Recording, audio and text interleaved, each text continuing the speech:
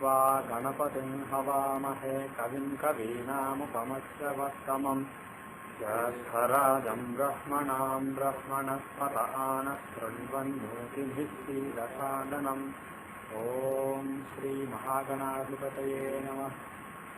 ॐ वृषभं च शनीनां विश्वरूपमदाभ्यं बृहस्पतिं वरेण्यम् ॐ तद्विष्णोः परमं पदं सदा पश्यन्ति सूरयः दिवि वचस्फुराततम्। ॐ श्रीमहालक्ष्म्यै नमः। ॐ ज्योतिर्ब्राह्माय नमः। ॐ मेधादक्षिणामूर्तये नमः। Everybody say after me, Hare Rama Krishna Krishna. Om Hare Rama Krishna, Hare Rama Krishna, Hare Rama Krishna.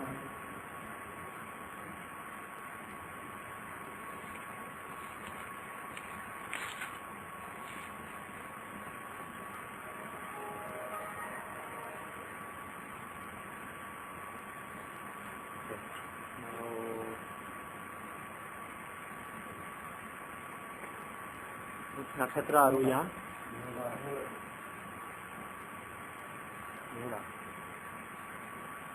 ने गंधांत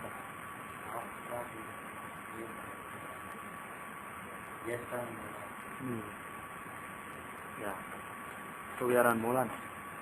We finish Moola or have to do Moola? No, have to do Moola. Okay. The first mantra is for clarity. She is a governor.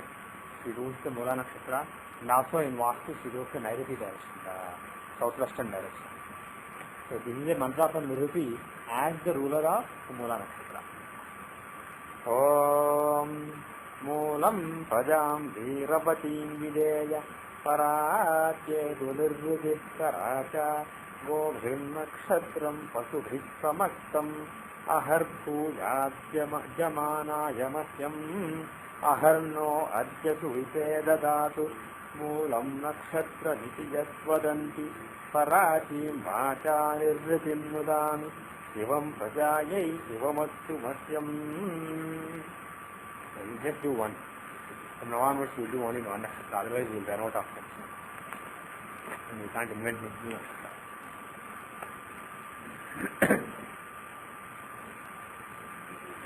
Yeah, actually we will do one thing.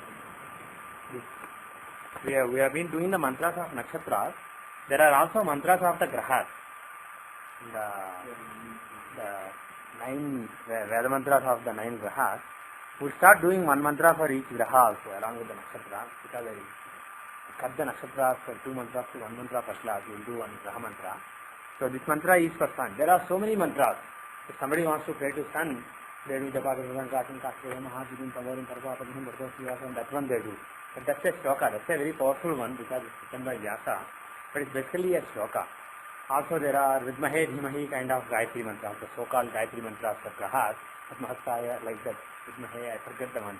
I never paid attention to those because those are not really from Vedas. They are not from Rishi. Actually, they are from the Mantra Mahodaji book. So they were invented by somebody who belongs to Kali Yuga, just like us.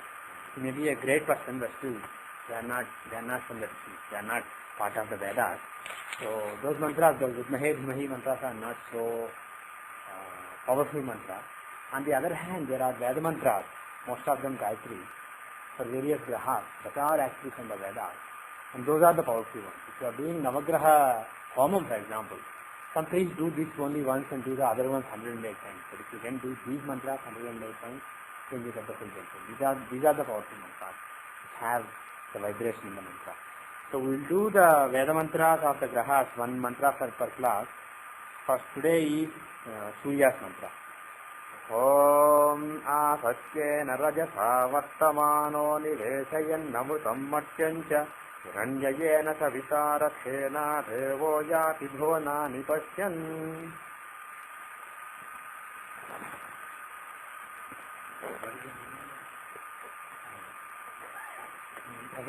I can speculatively give you the meaning, but these mantras are so powerful, like I said earlier, with respect to the Nakshatra Suktam. Even if you don't understand what it means, you just say it. It's so powerful. It's completely. And maybe at a later point of time, I will also say the meaning, but I want to be more confident because now it's more speculative. Because very Sanskrit is different, but I can roughly guess. But I may or may not be correct. Okay. Now we will continue. Do you have any thoughts that you want to discuss? Yes. I can't hear you. Actually, can you give a minute? We'll turn this on. It's not on.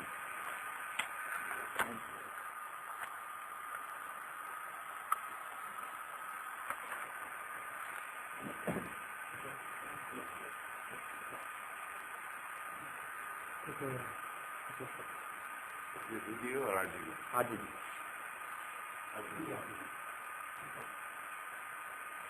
I want to say it.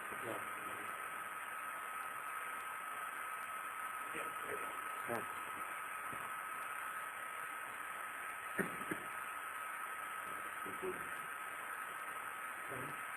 Right, we're waiting for me.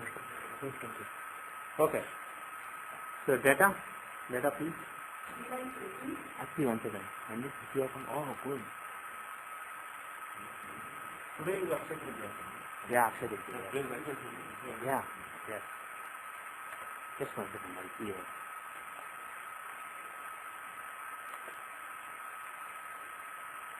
I didn't notice. Okay.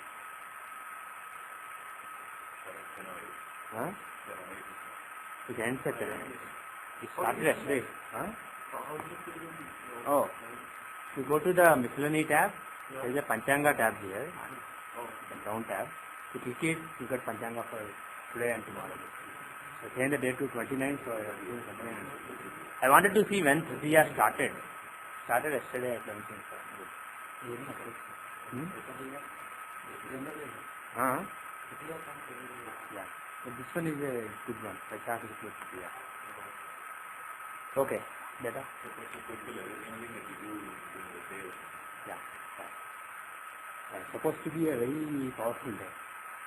Especially any sadhana you do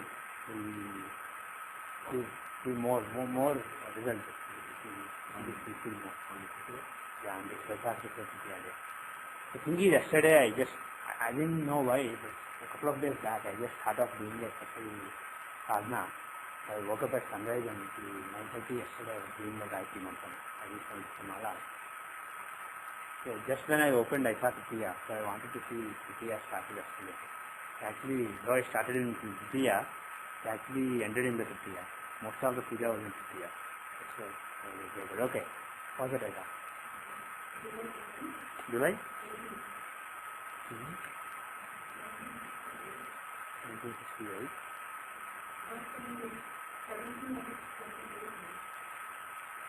Okay. Adoni, Andhra. Which state in Andhra is it? It doesn't matter, I'm just curious. But the name rings a bell. Yeah, sounds.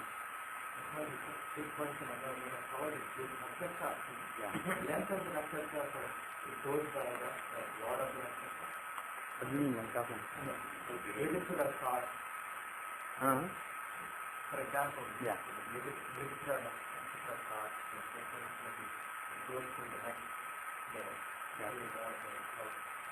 Yeah. But something like that. That has nothing to do with the Lord. It's basically the nature of motion around Earth. It's not a linear motion. So what happens is on some days we move faster. Sometimes we move slower with respect to the Earth based on the hill. So what ends up happening is, if you notice for some days all the nakshatras are very short, like 21 days. Not just one nakshatra, it doesn't change from day to day drastically. One day maybe 21, next day maybe 21 and a half, next day maybe 21 and 45, like that. And if you look after a couple of months, it may be like 25 and a half, like that. So it basically slowly changes. It doesn't change from Mrgashira to Ardhra, from Mars Nakshatra to Rahu Nakshatra, it doesn't. But the thing is, if you look at Mars Nakshatra today, and if you look at Mars Nakshatra after 3 months, it may be different. So it has nothing to do with the lordship, if you notice carefully. It has nothing to do with the lordship as such, but it has to do with the season basically. Very funny. when sun is in certain time, basically certain seasons. In certain seasons, moon travels faster with respect to sun. You can have the plane the morning there. Yeah. Because of the right hand of the Yeah. sun. So the moon is going in one off. Yeah. We actually plot against that. Right. Actually, I take it back. When you're talking about the length of city, sun and moon both matter. When you're talking about just nakshatra, moon, sun even doesn't matter. It's just moon. It's basically the tilt of the plane. Moon, the plane in which moon is going around Earth is not the same plane which we are using for all these longitude, latitude measurements. It's a slightly tilted plane. So based on the tilt in that plane, when he's going, if he's going with a constant speed in that plane, he's projected onto this coordinate plane. The projection is either going too fast or slow, too slow. It depends on the angle. Okay? Any other question?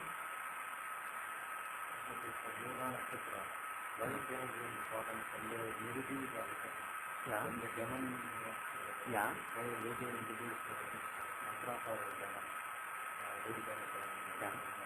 Yeah. Yeah.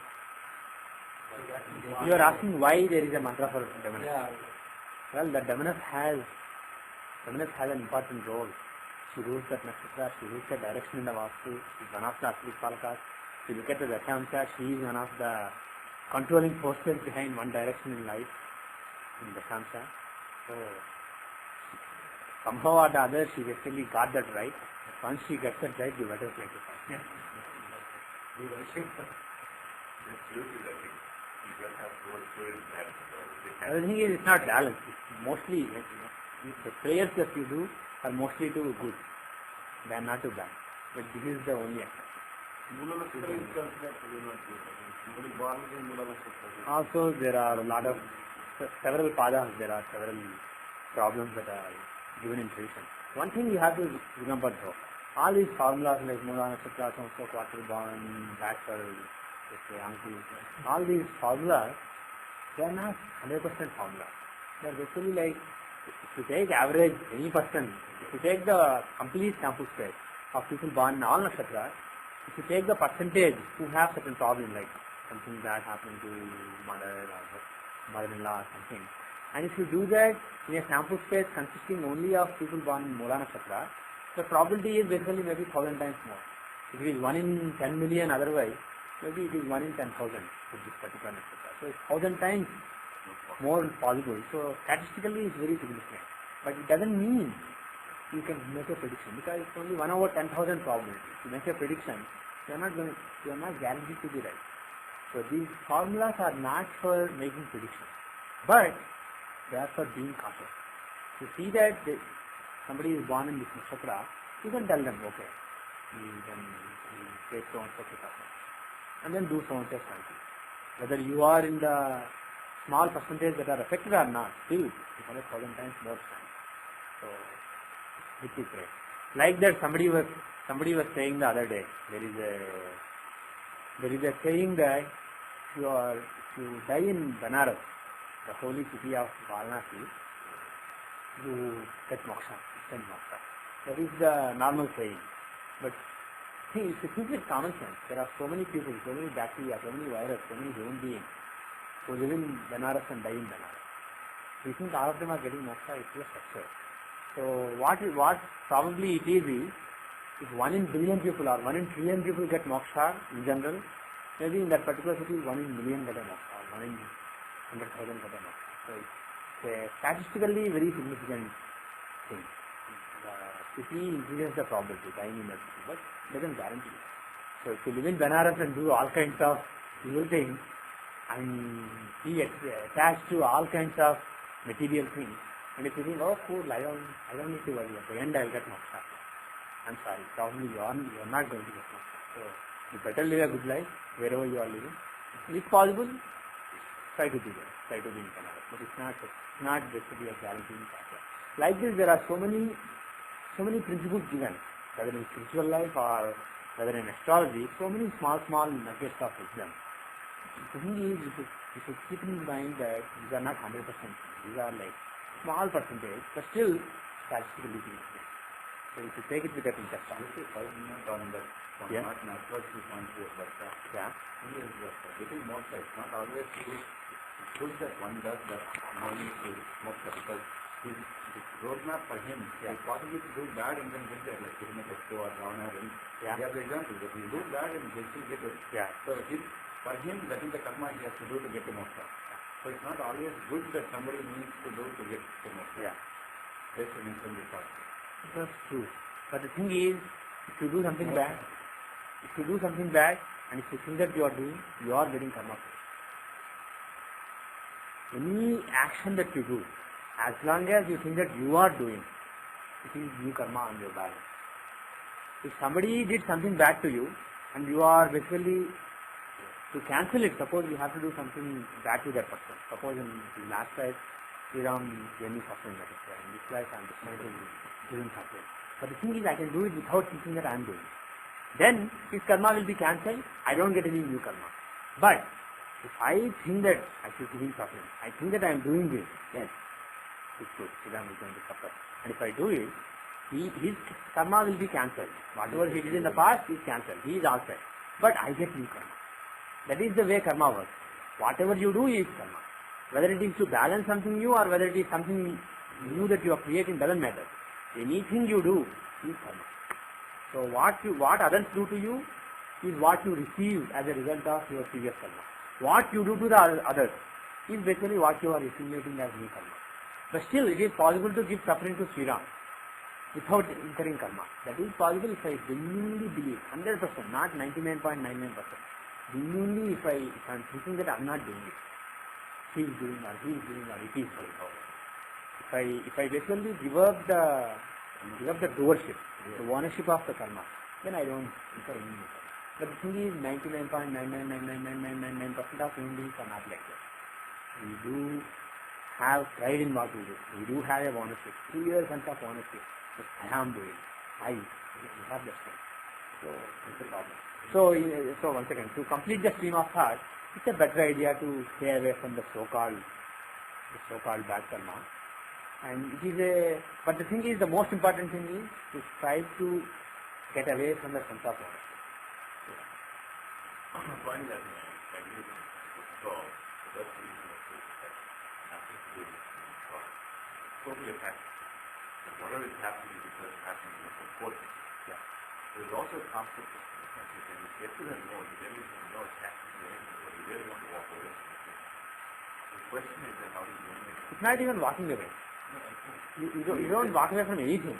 See, there is a saying that I don't know who said it. Before you become enlightened, you are cutting wood, you are eating, you are making food, you are eating food, and then you become enlightened. And then you struggle, you do sadhana, and then you become enlightened. And once you become Jivan Mukta, again you cut wood, you make food and eat food. You basically live the same life. But the thing is, the difference is your attitude has to change. You are not doing. You don't feel that you are doing. Just do. And the thing is, once again, one more before I miss saying this. If somebody wants moksha and goes to Benares for the purpose of getting moksha, probably he is not ready for moksha anyway, because thinking that I want moksha itself is a hindrance to getting moksha. Of course, it is a good thing to have now.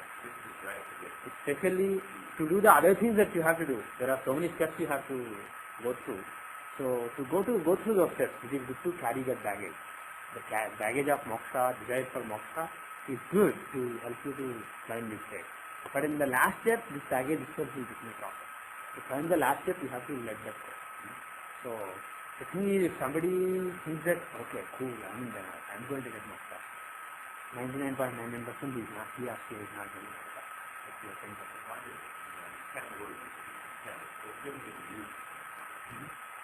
You're talking and I'm talking wrong. Yeah. In that case, once you get to that point, why do you want even involve with it? That's the dharma. A Jivan Mukta, like a rishi, he will still live in the world. Yeah. See, there is, okay, let me put it this way. There is the Nirguna Parabrahma, which is the whole universe including you. And an enlightened rishi has communion with that and he experiences that. He knows what it is. But that has manifested in so many ways, like these buildings, this plant, this board, me, you, etc. And that is the Maya of Devi. So he understands how Devi came about, how this Maya came about. He appreciates that whether beauty or ugly doesn't matter. He appreciates the fact that all these things exist. But he realizes that this is all Maya. But as long as he is in this body, he has this mind, he realizes that he has to live in this Maya world. And he realizes that she has a particular vision. She has a particular agenda for him. For this particular part of the Parabrahma. She has an agenda for each part of the Parabrahma. And when I say she, it's not one she. She has millions of forms. So each form has a different agenda. The purest form of she, basically the Mahalakshmi form, not the Sattvic, but the Tamasic Mahalakshmi form, is very close to the Nirguna Parabrahma. From the Nirguna Parabrahma, she came. And from her, everything else came. She, to become close to her, her agenda is the agenda which she follows. Without thinking that it is you are doing. It is basically her willpower. Your willpower basically completely dies. Your willpower gets in tune with her willpower. You just do what her plan is. That is possible. I think it is possible. I also think it's possible. And there are people like Ramakrishna Paramahamsa who became Jivan Muktas and still lived in the Maya world. Some people, when they realize this world is Maya, they become enlightened. They just leave the world. But for some people, they just stay in the world for much longer, but they don't incur any new karma from that time after. And the thing is, there is a certain difference also. Once somebody has experienced the Parabrahma, stayed in the state for a long time and comes back, there are two possibilities. Either one becomes a Jivan Mukta, one continues to live in the world touched by the Maya, he feels the world in duality, like Sri Ram is a different person, I am a different person, this is a different person. But he knows the subtle truth that everything is the same. But still, for now, in this particular manifestation, we are all different. He sees the world that way, in the duality, and then he lives in the world without any attachment to anything that he does, thinking that he is not doing. So he is a Jivan Mukta. That person, when he basically decides to leave, he will just mention the Parabrahma. That is actually just Mukta. Because even while living, he got Mukta. Jivan Mukta means Jivat plus Mukta. Jivat means while living, Mukta means one who got Mukta. So either that person becomes a Jivan Mukta but still lives in duality. Even a higher state is one becomes a Jivan Mukta and starts living in Advaita. Basically that's called Sahaja Samadhi. Nirvikalpa Samadhi is the Samadhi when you are meditating. You basically reach that state. But Sahaja Samadhi is a state when you are talking, when you are walking, when you are sleeping, when you are dreaming, whatever you are doing, you basically don't see different beings. You see Advaita, you see Nirguna Parabrahman in everything in the world. But still you talk, you listen, your senses are working. And I don't completely understand how that works. That is given in the Shastra. So the state does exist. It is very tough to find somebody who was in that state in the last few years because we are in Kali Yuga. But it is a possible state. There were many rishis who were in the Sahaja Samadhi. That is the highest state of existence. So now again, even somebody who is in that state, for whom there is no duality, only Advaita, the whole world is one. Even that person will live in this Maya world, he will cut trees, he will type things on computer, he will do puja, he will do all that. He will do japam, he will walk, he will sit, he will sleep, even he will live. So even that person does it, what about other people? So if you basically are ready for moksha, it doesn't mean that you don't do all these things or walk left. Yes, absolutely. Your mind is not in that way.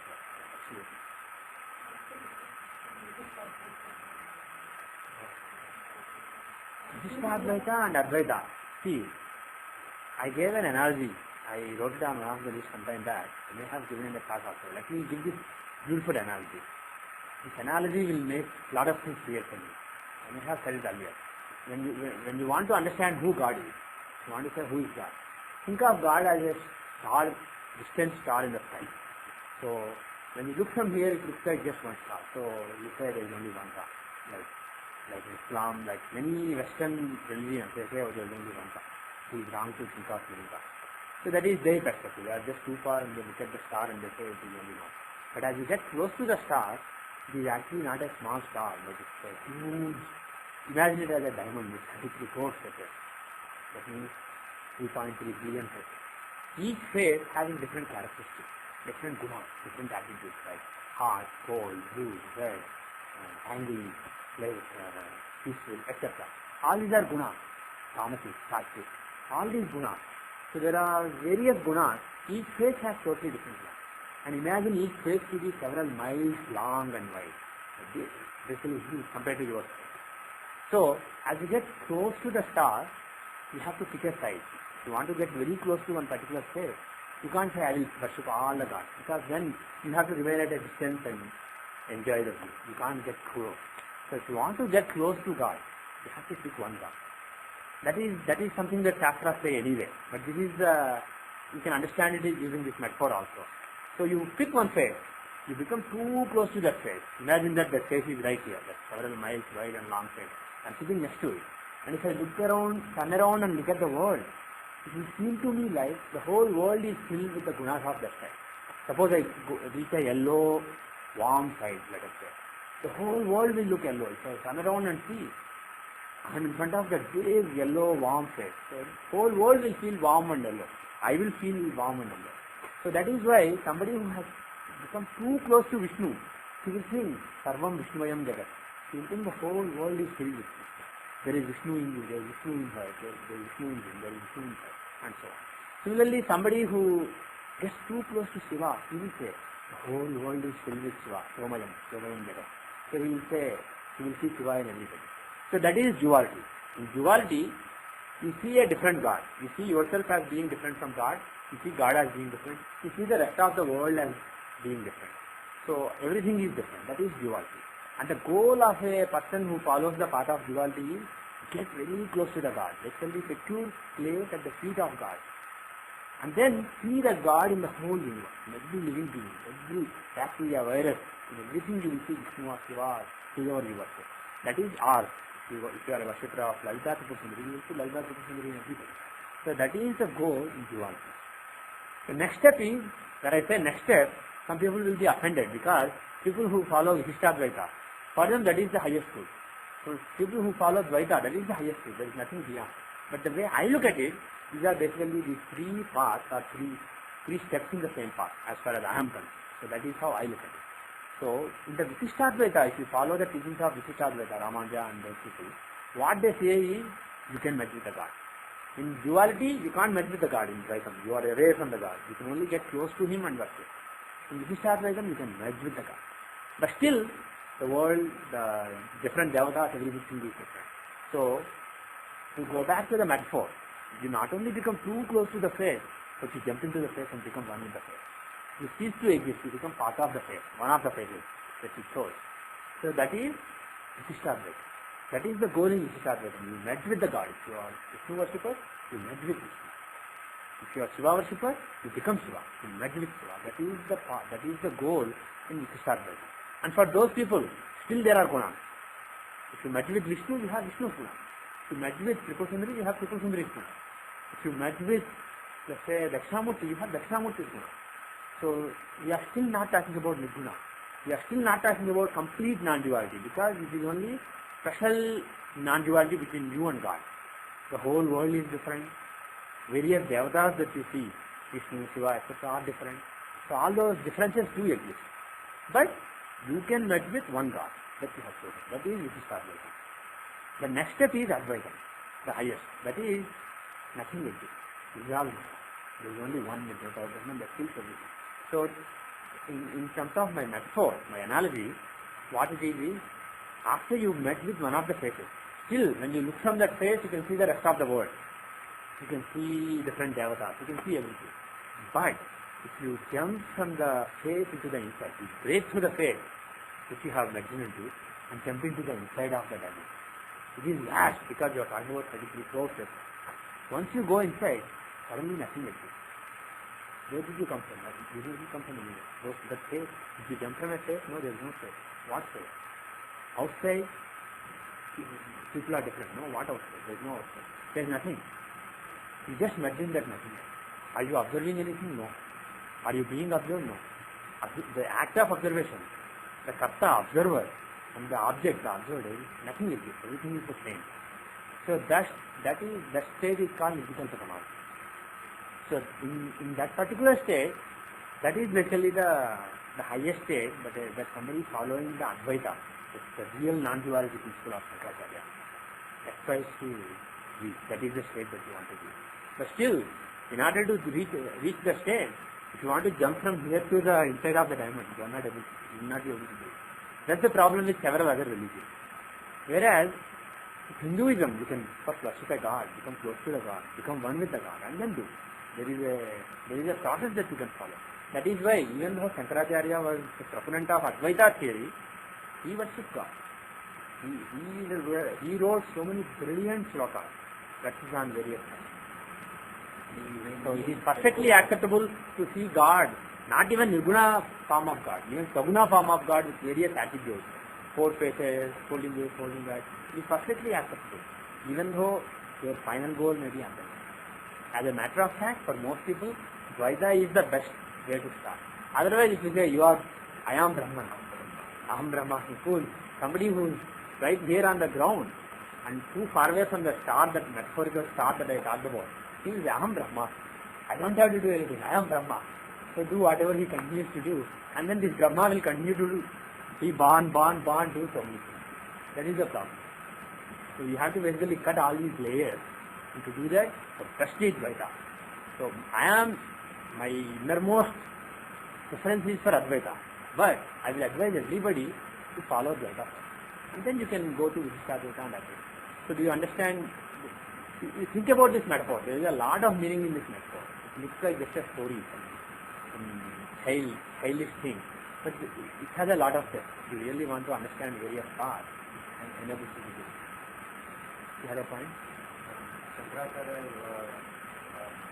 opened many temples. Yeah. He opened so many temples. He wrote so many slokas. So all that is very meaningful. First you have to become close to the star, close to one God. Otherwise, nothing else is going to fly. That is the first step. And that is the most difficult step. I also gave, when I wrote about it on one of the Yahoo groups, I also gave another analogy.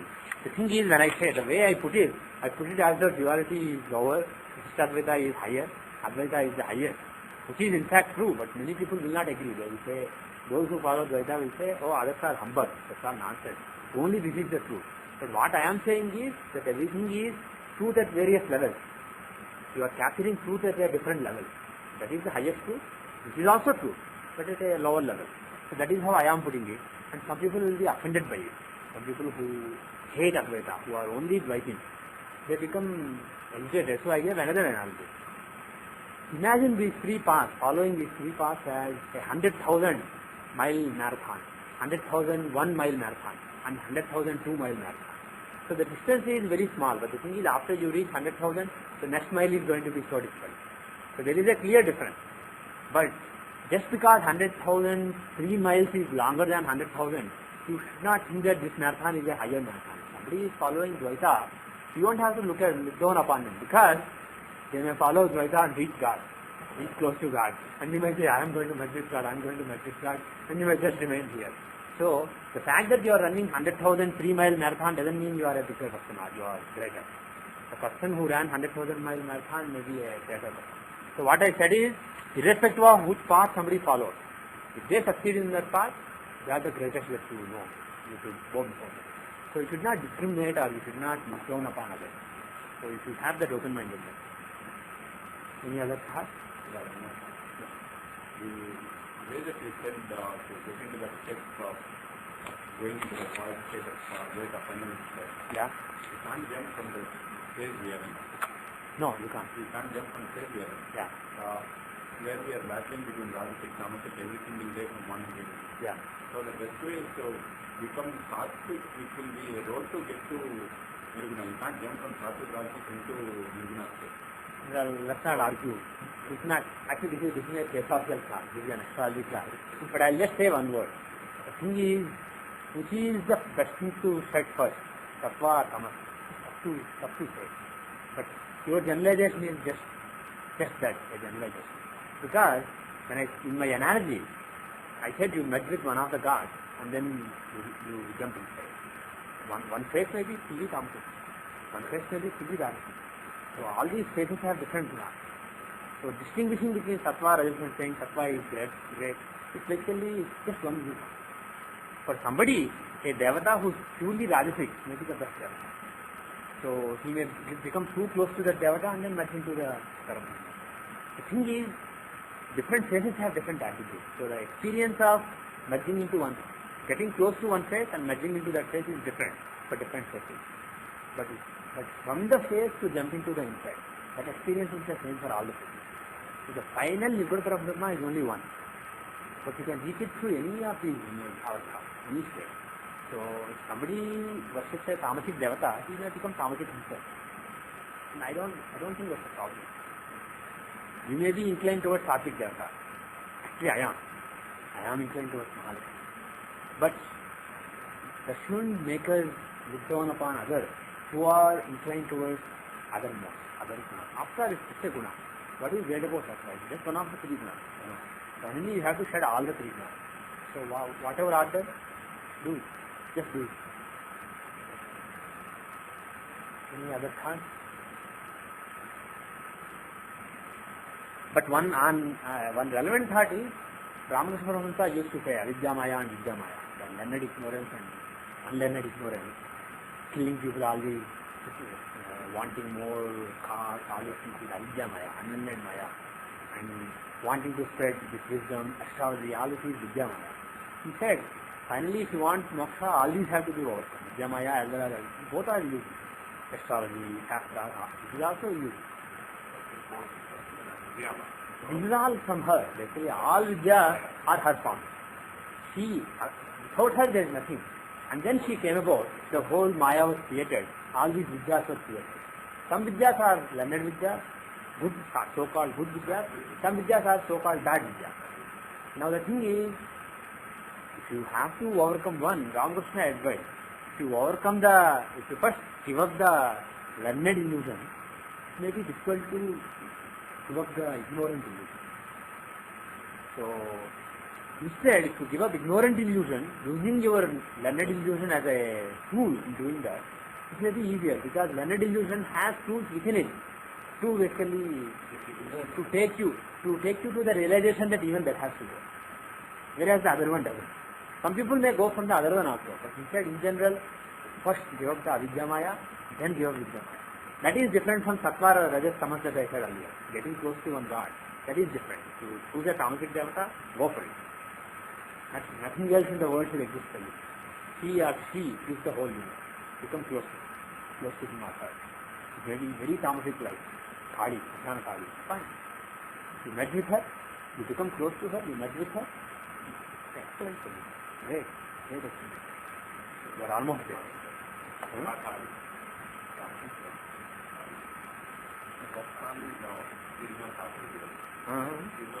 That's what I'm saying. Tamasic, if you pick a tamasic devata like Krishna Kali, nothing wrong.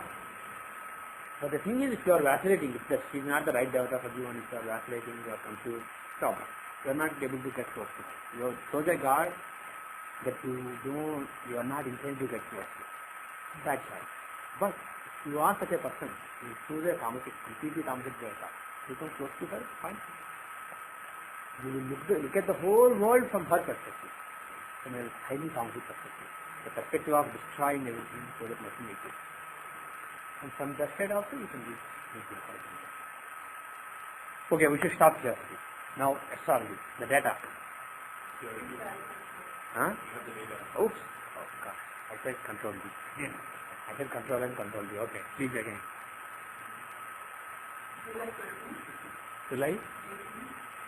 July 18, 1968, 21, 17, 28. We talked about a tamasic devata destroying everything, destroying the chakra also. But we can create again. The lesson is, if something is destroyed, it's not lost, it can be created again. Yeah. Yeah. Yeah. Yeah, there is some nimitta. We'll see what it means later. But it could either mean a new beginning or destroying something and creating something new for her. It may mean that. Or it may just mean that there are some forces which don't want us to exert. And we thought this foolfish. And I was about to say, actually, when I did control N, just before that I was about to say. Actually, auspicious that just before we were seeing this thought, we thought so much curiosity. It's a good nimitta. Immediately after that we are seeing this thought. I was going to say it's a good nimitta, but I ended up removing the thought and having to create it again. So basically that thread was basically cut. Which means the nimitta I was interpreting in my mind is not right. I was basically misinterpreting. That is why I immediately, without knowing, I basically subconsciously I just put control and control D. Whenever I want to open a thought, I do control and control D. So I just did control and control D. So it could either mean that it's not as auspicious as I thought it was based on the other discussion. It could mean that there is some new beginning, or it could mean that there are some obstruction from this person being advised. Kshatriya is over? Okay. It's okay, still basically the same day. Okay. What is the name? 1 second. Actually, what you notice later, first name. Yeah. What? Yes, example plan.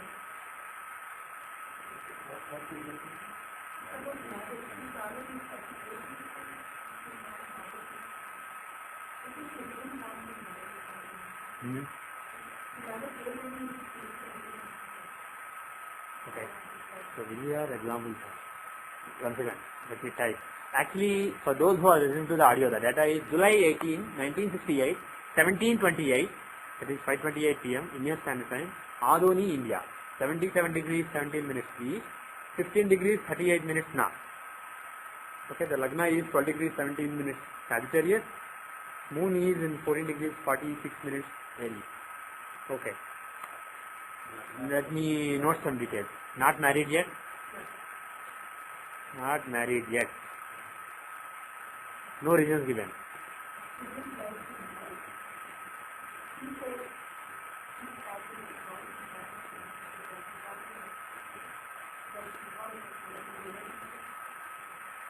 Okay. So this lady is not married yet. She does not have any reason for it. She doesn't give any reason. She only says she does not want to marry. She is happy with what she has now and doesn't want any trouble. Okay. Her elder or younger, doesn't matter. But just her elder sister approached Vijaya for advice.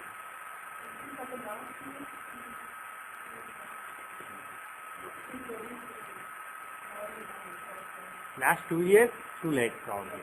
Okay, last 2 years, she changed her mind and ready to marry. But no use so far. Okay. Okay, so earlier she did not want to marry. In the last 2 years, she changed her mind and she is ready to marry. Okay, her sister convinced.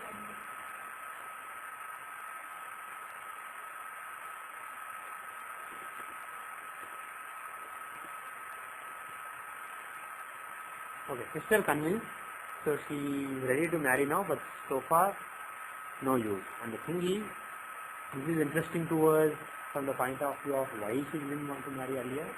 And, yeah, so Vijaya's curiosity is, why did she not want to marry? After all, everybody wants to marry. Why didn't she want to marry? So we want to understand the astrological reasons for her disinterest in marriage. And then, if possible, we want to time her marriage. Assuming that this time, it happens now. How old is she?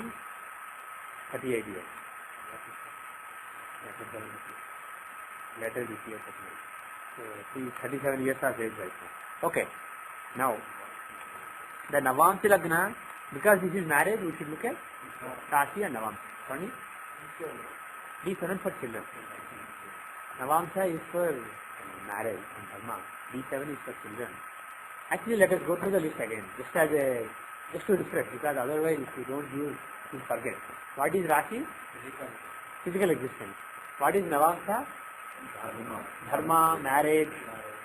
Even if marriage is Abhima, still it is from Navamsa. Because Dharma or lack of it is from Navamsa. So marriage is from Navamsa. Then what is seen in D2? Hora? Wealth, money, resources. D3? Rakana? Sibling. And everything relating to siblings like their siblings, spouses, siblings, in-laws, etc. Then what do you see in D4? Chaturthamsa or Turyamsa? Not really happiness, but not even comfort. It is from Chaturthamsa. You are missing Chaturthamsa also. Fortune. Your fortune, your residence, your property. The fortune is also part of demon. Yes. This is another part of fortune. This is basically property, materialistic form of fortune. Then D5 shows Panchamsa. It is not given by Parashara. What does D5 show? Good guess, but not right. Mantra. It is basically the following that you have. It is basically the power that you command. That is D5. And D6, again, not a Parakshara. D6 are Sasthansa, which is your obstacles that you have to overcome, your litigations, etc. D7, this is a Parakshara. From now onwards, again Parakshara. D7, Saptamsa, children. Then D8, this is again not a Parakshara. Basically from Sadhika literature. D8, Astamsa, it is basically all the stars, problems, etc. But we are not free of that. We don't use it that way. We never actually have in class. Then D9, Navamsa is marriage, dharma, etc. And ability, sexual ability. Dasyamsa D10. From now onwards, Dasyamsa D10. Karma, the career, profession. D11, this is the last non-Parakshara that we will talk about. D11, Viddhamsa. What is it? Death and destruction. D11. Rudramsa. There are 11 Rudrams. So Rudramsa is attributed to Rudra. D11. And then from now onwards all Parasharikas. What is D12 or Dvadasamsa? Parent, grandparent, etc. Then what is D16? Sodasamsa? Comfort, happiness, unhappiness, pleasure, luxury. 16 minus 12 is 4 again. 16 minus 12 is 4. That is why he got confused with D4. He mixed all the 4. But when you say D6, you also say that the comfort from vehicles. Yeah. All comfort. All All comfort. How happy or sad you feel within the mind. With respect to various things you have, including vehicles. Not just vehicles. If I have a fridge, I feel, wow, that's a fridge I have. Cool actually. Then that's D6. That is D4 is kind of a subset of D6. It's basically at the physical level, the properties that you own. The real estate, the properties that you own. Actually, I want to have a, okay, not time, right, okay. Then D20. Nishamsa. Spirituality, religiousness, the spiritual sadhana, the right, spiritual right. Then D24. Siddhamsa or Chaturvinshamsa. That's your education, learning. Also intelligence, all this relating to education. Then D30. D27. It's called Bhamsa or Nakshapramsa. D27. What is that show? We haven't seen many examples of that, very few examples, just as a token we have seen. That's not so. It's basically a subconscious level chart. It's above 24. Between 24 and 36 is subconscious surface. So it's basically the subconscious strengths and weaknesses that you enjoy. Strengths and weaknesses. Yeah. Not even mental. Subconsciously. Then D30. It's called Trimshamsa. It's a very notorious chart. What is the show? Evils and punishment because of it. It's your subconscious enemy. Enemies, because there's not 6. 30 minus 24. 30 minus 12 multiple 24 is 6. So it is basically enemy, but subconscious enemy. So basically your own enemy. The Papa Purusha within you. Kama, Krodha, Lobha, Moha, Mada, Matsya. 6 weaknesses that you have. So this is actually subconscious feelings within you and the suffering that you have to go through to cover. And then D40, no, 40, D40. D40 is the karma that you inherit from mother's side. No, maternal. 4, based on the root of 4. 36, if you remove from 40, you get 4. So it's basically the karma, like your mother, mother's mother, mother's father, mother's father's mother, mother's father's father. Those people may have committed a great karma that is hanging on you, either as a blessing or as a curse. So those kind of big things that somebody did which are affecting you are from these sides. Usually these stuff are ignored unless you find a really terrible combination or really great combination. These are usually ignored. D45 is based on 9. 45 minus 36, 12 multiple 36 is 9. So it's father. So it is the paternal karma that you inherit. Father's side. Father, father's father, father's father's mother, father's father's mother, father's father, father, like that. So on. You can count it all combinations or combinations. So if anybody on father's side, if they have done some big good or bad karma, it will come to either bless you or bite you. So that is seen from D45. And finally D60 is your own karma inherited from previous life. Whatever you have done in all your previous life, some of it you haven't experienced the results of. You do things to the rest of the world, and the rest of the world does things to you. What the rest of the world does to you is what you are basically getting in the terms of your karma. So that chart basically shows the karma that you still have to experience. So that's a very vital. If you look at the Dashavarga, Vinchopakabala scheme, Parashara gives you the highest score, more than Rashi and Navamsa combined. That is because it is the karma that you have to experience. Rashi, Navamsa, Dashamsa, all these are vehicles towards experiencing that karma. But the bottom line is, what is happening is decided based on what karma you have to experience. You may have a happy married life or unhappy married life. You may have a good wife or bad wife. But what happens because of that life, whether you are doing good things or you are happy or unhappy, is decided by Satyamsa. Satyamsa basically combines with all the divisional parts to decide what happens. So it's a very vital part. We haven't been seeing a lot of it. We just saw a few examples. That's because we are not sure of it, unfortunately, most of the time. Most of the time, because we don't have a lot of time to rectify, a lot of events to rectify the chart time accurately, we are not giving the most important to our part. That is right. Okay.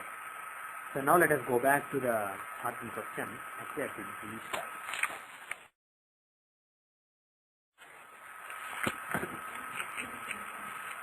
You had a question in 3:30, okay?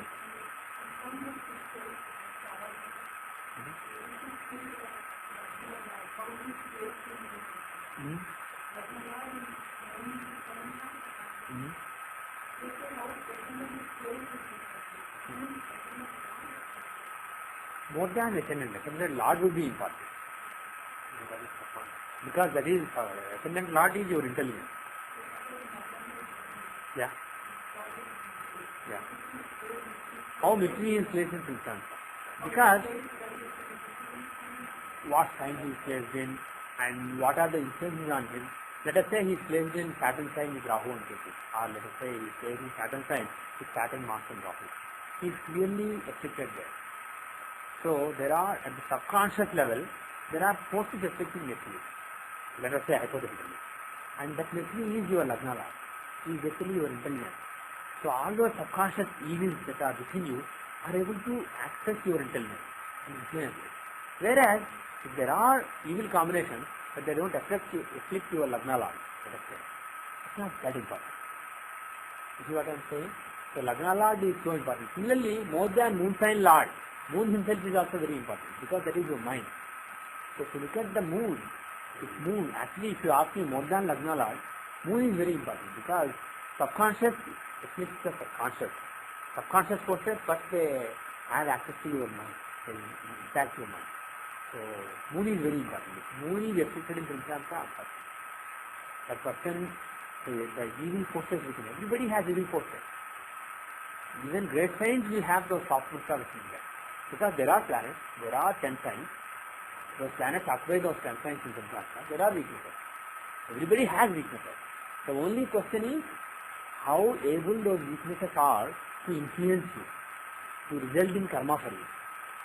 If they are able to influence your karma, then you have to pay for it later. If they are not able to influence your karma, good luck. You are able to keep your source. That is the key. So see the affliction on moon, see the affliction on Lagna Lord of Rashi chart, see the affliction on Jupiter, because he is the teacher key who advises me. Okay?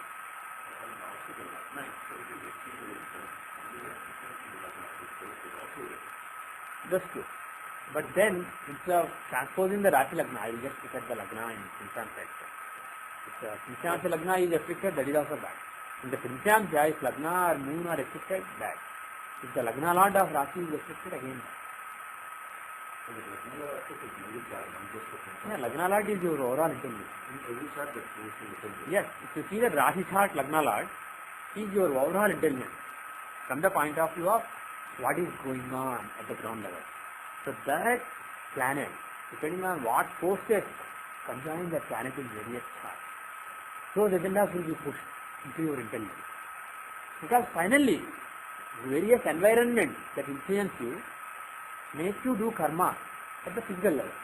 So that karma has to happen through Lagna Lord. Lagna Lord is the sea of your very existence in the physical level. So he is very important for all your karma, all your actions. He is the medium through which you act, the Lagna Lord of Rashi. So influence on him in various regional charts is very, very important. If you have a great combination but it is in Shastaka on that planet, it may not be that one. Okay. Now let us go back to this chart. Okay, what do you find interesting? I haven't seen. Yeah. Yeah. Okay. The 12th Lord of basically giving up, not having things. Privation. He is in the 7th house, also Bhadrasthana. Of course, Bhadrasthana will be the 7th house for this Lagna. But the interesting point is, the 12th Lord is in 7th house. So he thinks that is the reason for not wanting things. Okay? Okay? But he is also the 6th Lord, and 6th is stronger. 6th Lord, 6th of emotions, love, etc. He is in the 7th house, with the 7th Lord. Even that the desire to have, because he is in the house of desire, Mars. And his agenda is to promote giving up and also love, emotion. Yes, the 6th Lord is in Manakargasthana. 7th Lord is in Manakargasthana. Mercury and Mars, the two planets are in Manakargasthana. For those of you who don't remember the list, it's a good idea to remember. It's just one house per planet. If you don't, you can take help from the software. Who are in Manakargasthana? We discussed this earlier. You can listen to the whole tape, but to keep the summary quickly, the planet in Manakargasthana is basically a house that is like depth to it, because it doesn't enjoy being there. To give an example, Jupiter in 3rd house. What is 3rd house? Rakrama, Vikrama, weapons, etc. If you place Jupiter there, if you take a Brahmana and say, you give this person a lot of weapons and boldness so that he can fight with the enemy, what will Jupiter say? I don't want to do all this. So he doesn't like being there. So if he is there, he has to work so hard that he is basically not going to have fun, not going to have a bath. He is against his nature. The planet is weak. The planet is struggling to fulfill the duties of that sign. Similarly, Saturn. What would be can you guess the Manakargasthana for Saturn? You have Saturn in Lagna, that's Manakargasthana. Because Lagna is the house of health, vitality.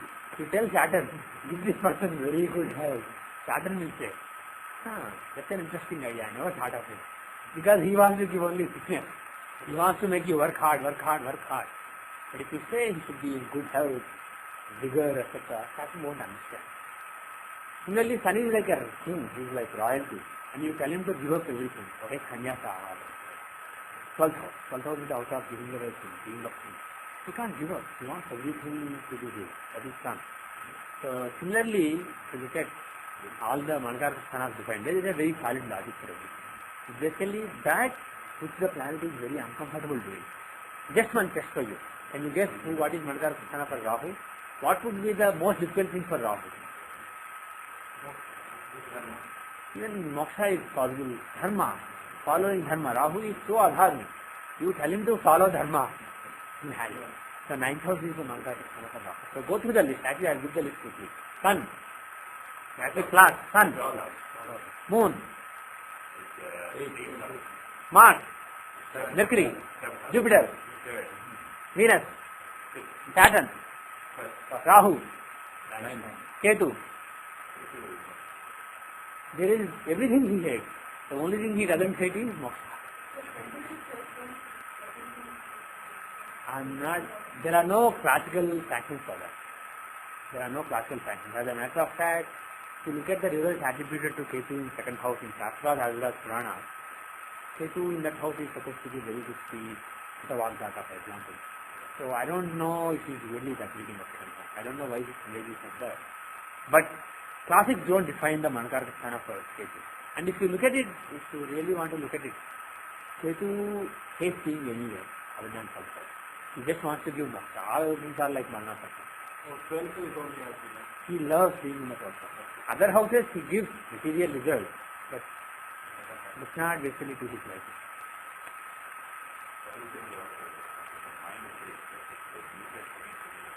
Oh yeah, Nietzsche Shani is sitting in the mind.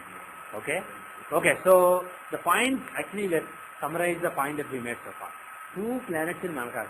Even though they have a Raja Yoga, unfortunately they are in Manakara Kristhana. Who are they? Mercury and Mars. The fifth lord of 50 is stronger than 12. Okay, let's say fifth lord. Fifth lord of emotions, love, the ability to attach to people, especially your attachment. So that lord of emotions is Manakara Kristhana, and the seventh lord himself. Seventh house is bliss. So that lord is in Manakara Kristhana. So the fact that there are two planets in Manakara Kristhana in the seventh house is not so hospitable. Yeah, Mercury is in one house. Mercury is in one house. That's a good news. So if you want any remedies, you have to look at Mercury. We'll do that a little later. But go back to your point. 1 second, we'll go to Navamsa. Your point. Shani is in Nisha. Why is Shani important for marriage? He is the lord of jewel and he is Darakarka. So he is a Nisha and he is afflicting moon. So basically because he is the Darakarka and he is the jewel lord, the approach to marriage will be Saturn. And secondly, forget marriage for a moment. Looking at it generally, moon and Saturn being together means mind is prone to depression. It can give. It could be. Moon and Saturn are in Aruha Lagna actually. See,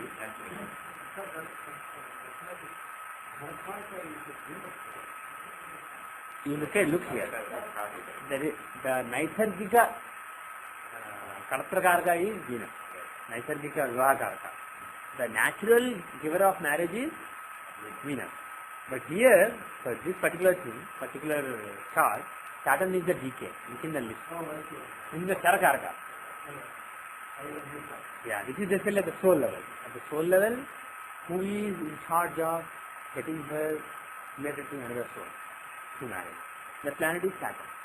And Saturn is, so Moon-Saturn combination, in general it gives interest thinking, depression or vairagya. That being in Aruha Lagna makes her lose interest in life. Now, if Navamsa is strong, yeah, that may not be, but that is how it manifests. It's not just perception, it is that physical manifestation. So the physical manifestation of her personality is an aggressive person, but at the same time somebody who is not interested in things. Very Saturn. That is also not good. AL and A7 and AL and UL have to have good relation. If A7 is in the 12th from AL, in general not just marriage, relations with people are given up. In other words, she is not that interested in having relationship with people. She is not interested in people. On the other hand, if you see AL and A7 in let's say trines or quadrants, those people are people. So people are always with people and enjoy being with people. So this person doesn't like being with people. But the thing is, forget all this. There are enough negative factors in the Rashi, showing some vairagya, disinterest in moving with people. But if Navamsa is strong, at least capable of giving marriage, how is Navamsa?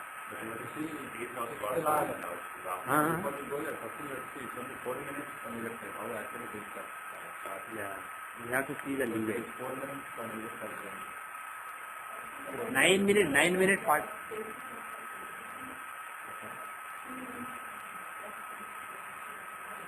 Uh-huh. Yeah.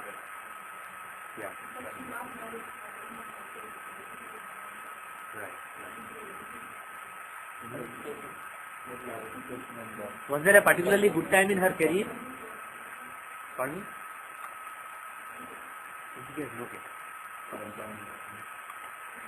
Was there a, what does she do? What is her career? She stays home, okay? With her parents, okay?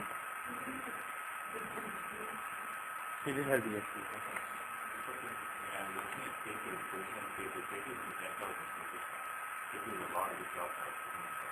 Yeah.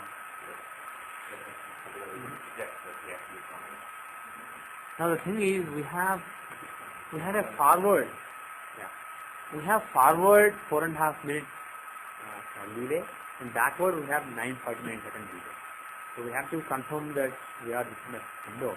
So what we can do is more than Navamsa. The thing with Navamsa is, if Lagna is Cancer with Sun in it, definitely they can be classical music knowledge. But if Lagna is Leo with Moon in Lagna, still there is a pretty decent chance of knowledge of yeah. But the thing is, don't take it too literally. Irrespective of that, if Sun or Moon are in Lagna, one can be a musician. You can't really distinguish so finely, even though it is studied in classics.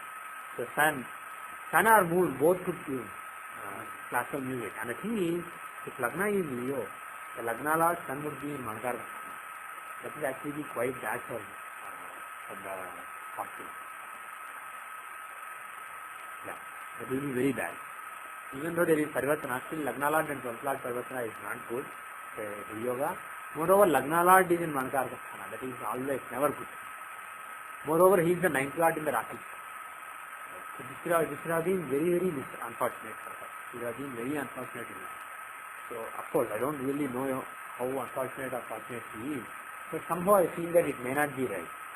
But to confirm it, what we will do is, 7th Lord in the 6th house. Leo Lagna? Leo Lagna. Yeah. 7th Lord Rahu. Yeah. 6th house. Yeah. Possible. But at the same time now, yeah, 8th Lord in the 7th house. That is also basically depriving marriage. The 7th Lord is debilitated, and the 8th Lord is in the 7th house, and Mercury, who is the 7th Lord in Rashi chart, so very important planet for actually getting married, is in the 8th house in this chart. So with this also there is a very strong chance of not marrying. Okay? And moreover, Lagna itself is badly afflicted. Even though Sun and Jupiter are there, Sun is basically being eclipsed by Ketu. So Jupiter is exalted, yes. But he is also the 6th Lord of Brahmacharya. He is the 9th Lord of Dharma as well as 6th Lord of Brahmacharya. So that planet is there, and Sun is being eclipsed by Ketu. So basically this Brahmacharya is something that she forced on herself. So Lagna, the Ketu in Lagna basically self-deprivation. So there is a good chance that it is Cancer also. So the bottom line is, we can't really say this must be it. Both are possible. Leo and Cancer are possible. My guess is probably Leo, but we have to confirm it. So let us look at some other charts. I said I meant Cancer. I didn't mean Leo. I said I meant Cancer. But because of the Parivartana, I said.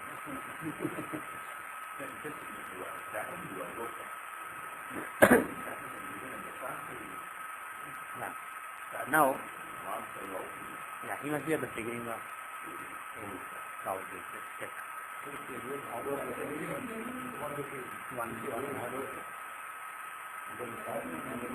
Okay, that's okay. See, Saturn strong, the person will be hardworking. If Saturn is weak, the person will be lazy also. It gives the effect of being in Lagna, that's true. But it's Saturn. Actually, let us look at the Dashamsha. Now, we can't confirm the forward window, but we can confirm the backward window because Lagna is 12 degrees hard, right? 12.5 degrees. So 1 minute 13 seconds earlier, Dashamsha Lagna would have changed. And forward it is 11.5 minutes. So we can't confirm the forward. If we know that this Aries Lagna is right, all we know is time is not wrong. Time cannot be backward by more than 1.5 minutes, 1 minute 15 seconds, which is enough for us to rule out the previous Navamsa backward direction, right? Let me show it again to you. In the Navamsa, if the time either goes back by 9 minutes 49 seconds, the Navamsa Lagna will change. Or if it goes forward by more than 4.5 minutes, Lagna will change. So the second part we will not be able to confirm.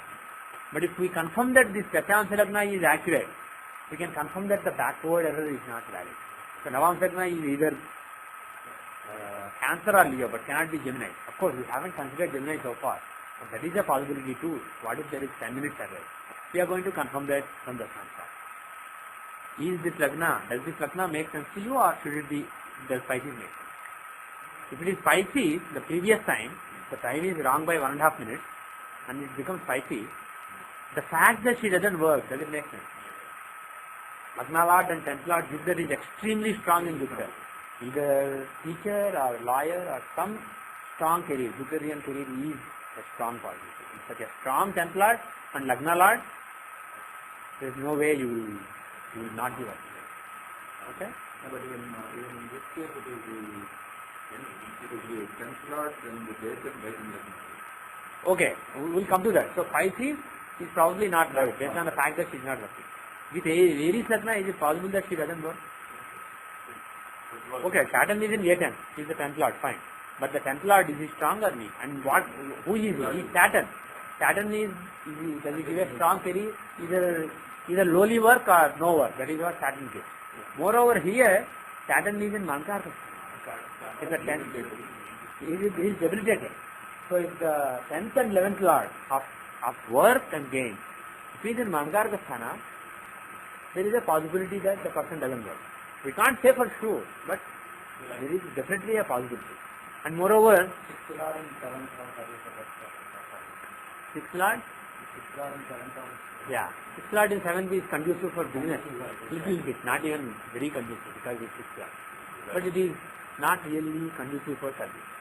So again, that way also it's not that great. So, and the 5th Lord of abilities, recognition, etc., Sun. And of course, he is natural Karaka for spirit. How is Sun? He is in Manakarka Sthana. Actually, 6th Lord is not only in the 7th, but he is in Manakarka Sthana. So actually, how many planets are in Manakarka Sthana? 3. 3 planets, I believe. There are 3 planets. Sun in 12th house, Mercury in 7th house, Saturn in 1st house. 3 planets. The lords of the 5th, 3rd, 6th, 10th and 11th houses. They are all in Manakarka Sthana. So, most probably Aries Lagna is right. So, the forward error is not more than 11.5 minutes. No use. It doesn't help us because we have 4.5 minutes window. So, we need something less than 4 to confirm it. Backward window is 1 minute 30 seconds. Cool. So, we know that our Navamsa Lagna cannot be backward. So, our Navamsa Lagna is either Cancer itself, or if the time is wrong by 4.5 minutes, 4 some seconds, it is Leo. Now we have to confirm that. So what chart can we see? Do you know anything about her spirituality, father?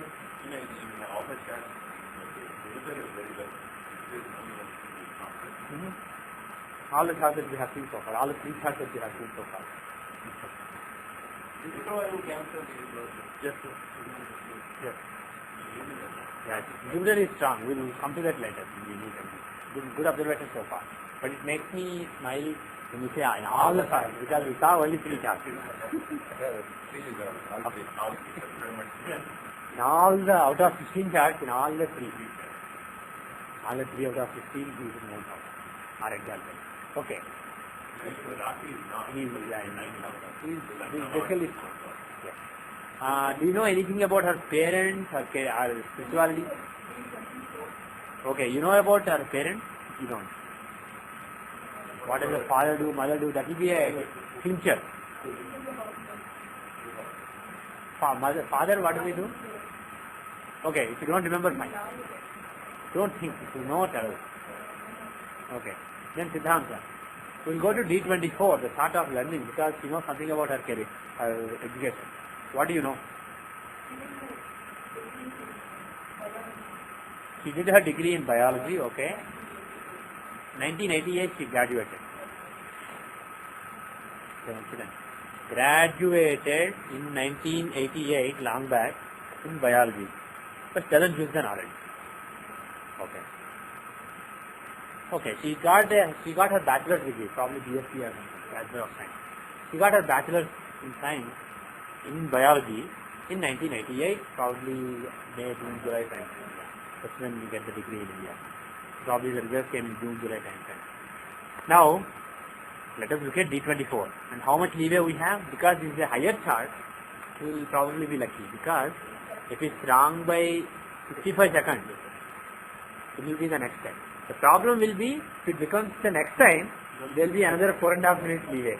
So we may be able to figure out. Let us see. It depends on our luck. Now, with this, should we take either, by the way, the backward correction should not be right.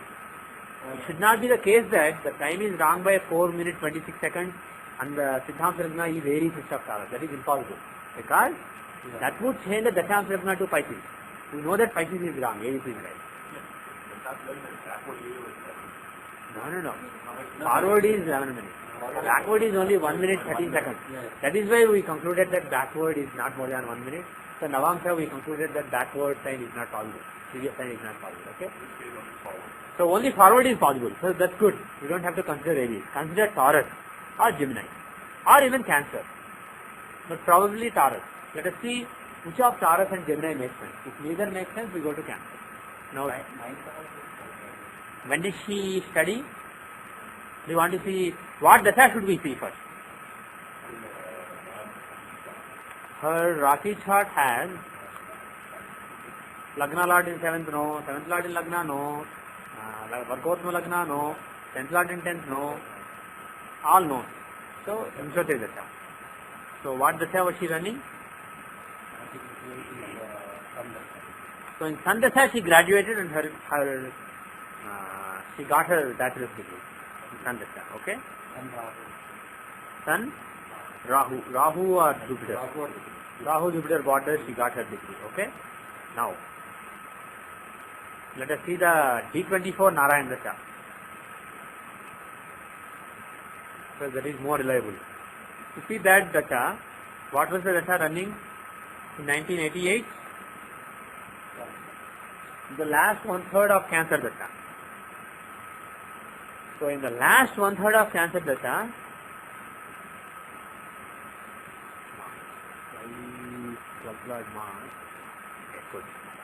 the last 1/3 of Cancer dasha she graduated and her education stopped. Then onwards no more education. Formal learning stopped. Does it make sense? Does it make sense that her education would end then? And does it make sense that she would get a bachelor's degree?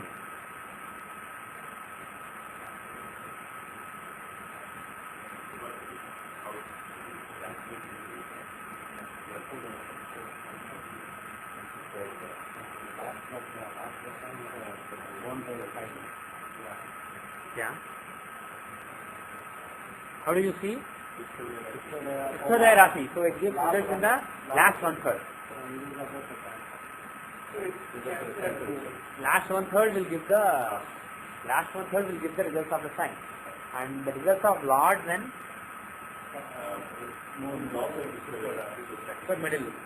middle 1/3 will give the results of Moon, and the results of occupants and aspectors, which is Moon, Jupiter and Rahu and Ketu.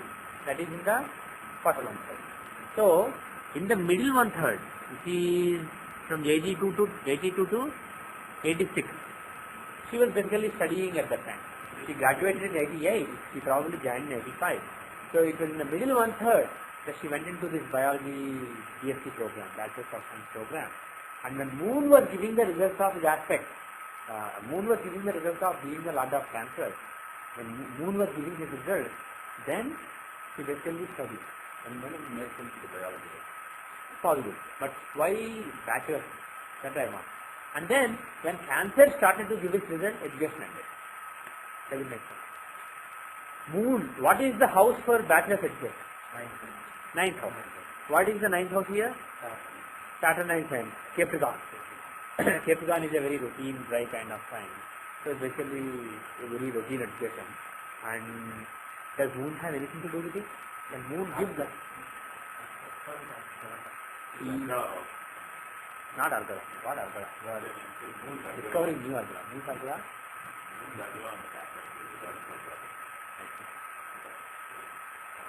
Seventh was Argala, okay.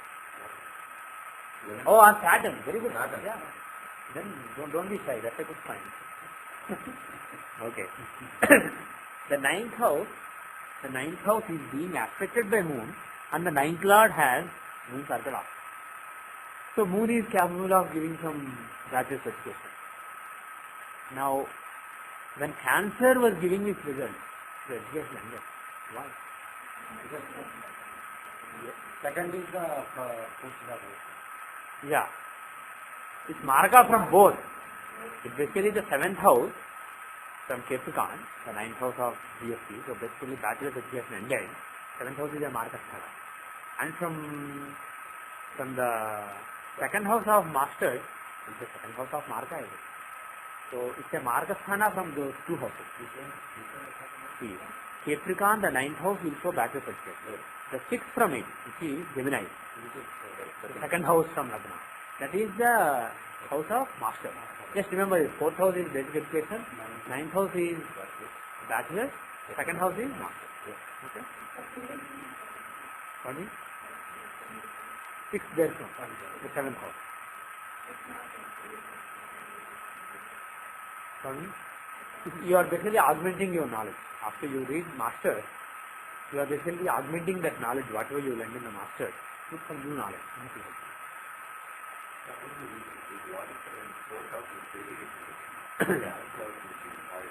Basically, you are increasing that education. Sixth house is basically for increase. The progression every age, when you look at voice, for example, you do every age. That is because you annul one relationship before you go into another relationship. There are things that you don't annul, you keep accumulating. So for those, you take 6, so on. Yes. If you have a wife, if you accumulate another wife, sorry for the wrong usage, but if you marry another wife while your first wife is alive, assuming that that is allowed in your tradition, then that is seen from the sixth house from seventh. So, seventh house is your first wife, in the Navamsa.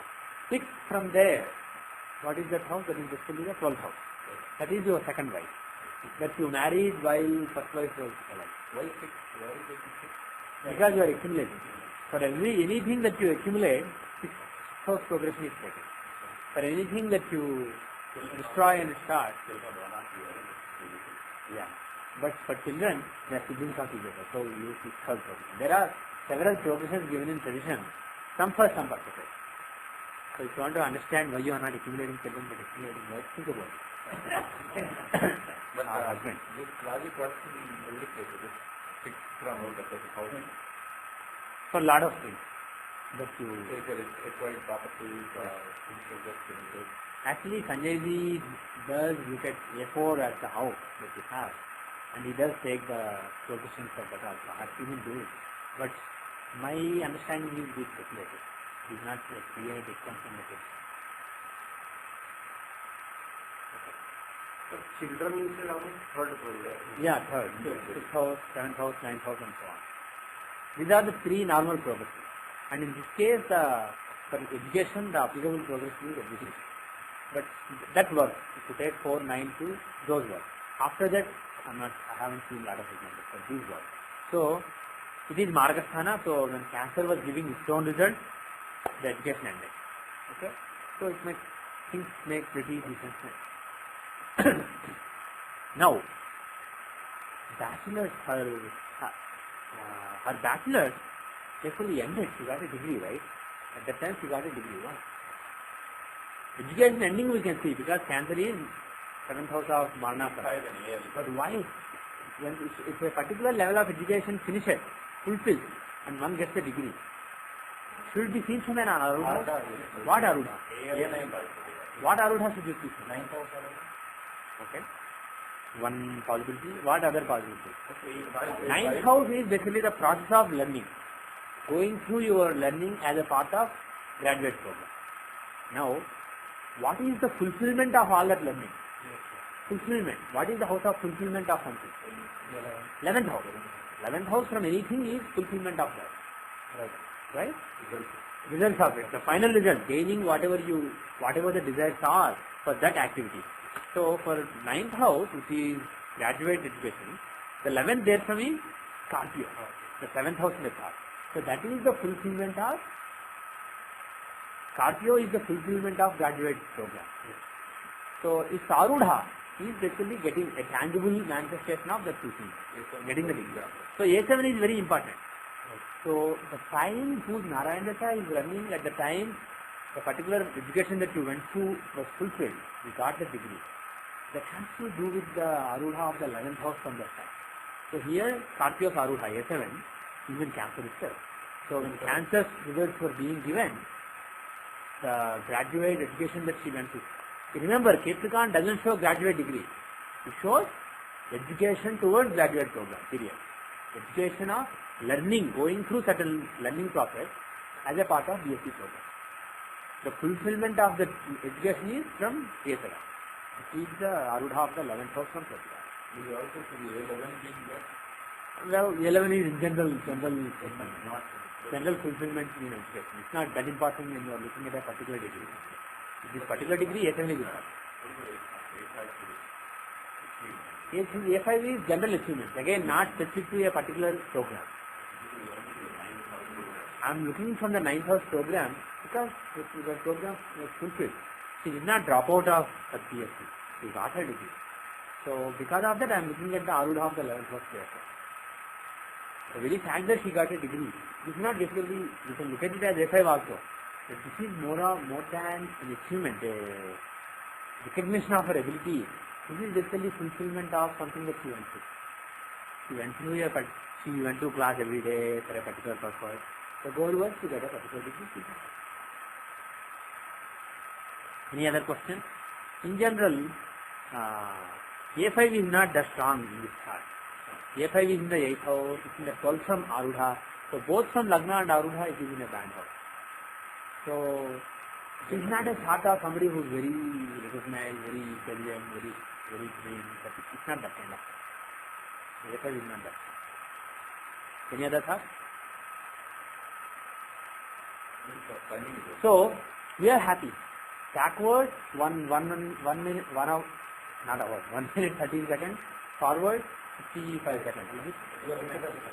Yeah. Yes.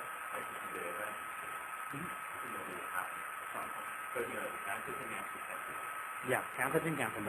And Moon is actually, Moon and Mithri are not really friends of each other.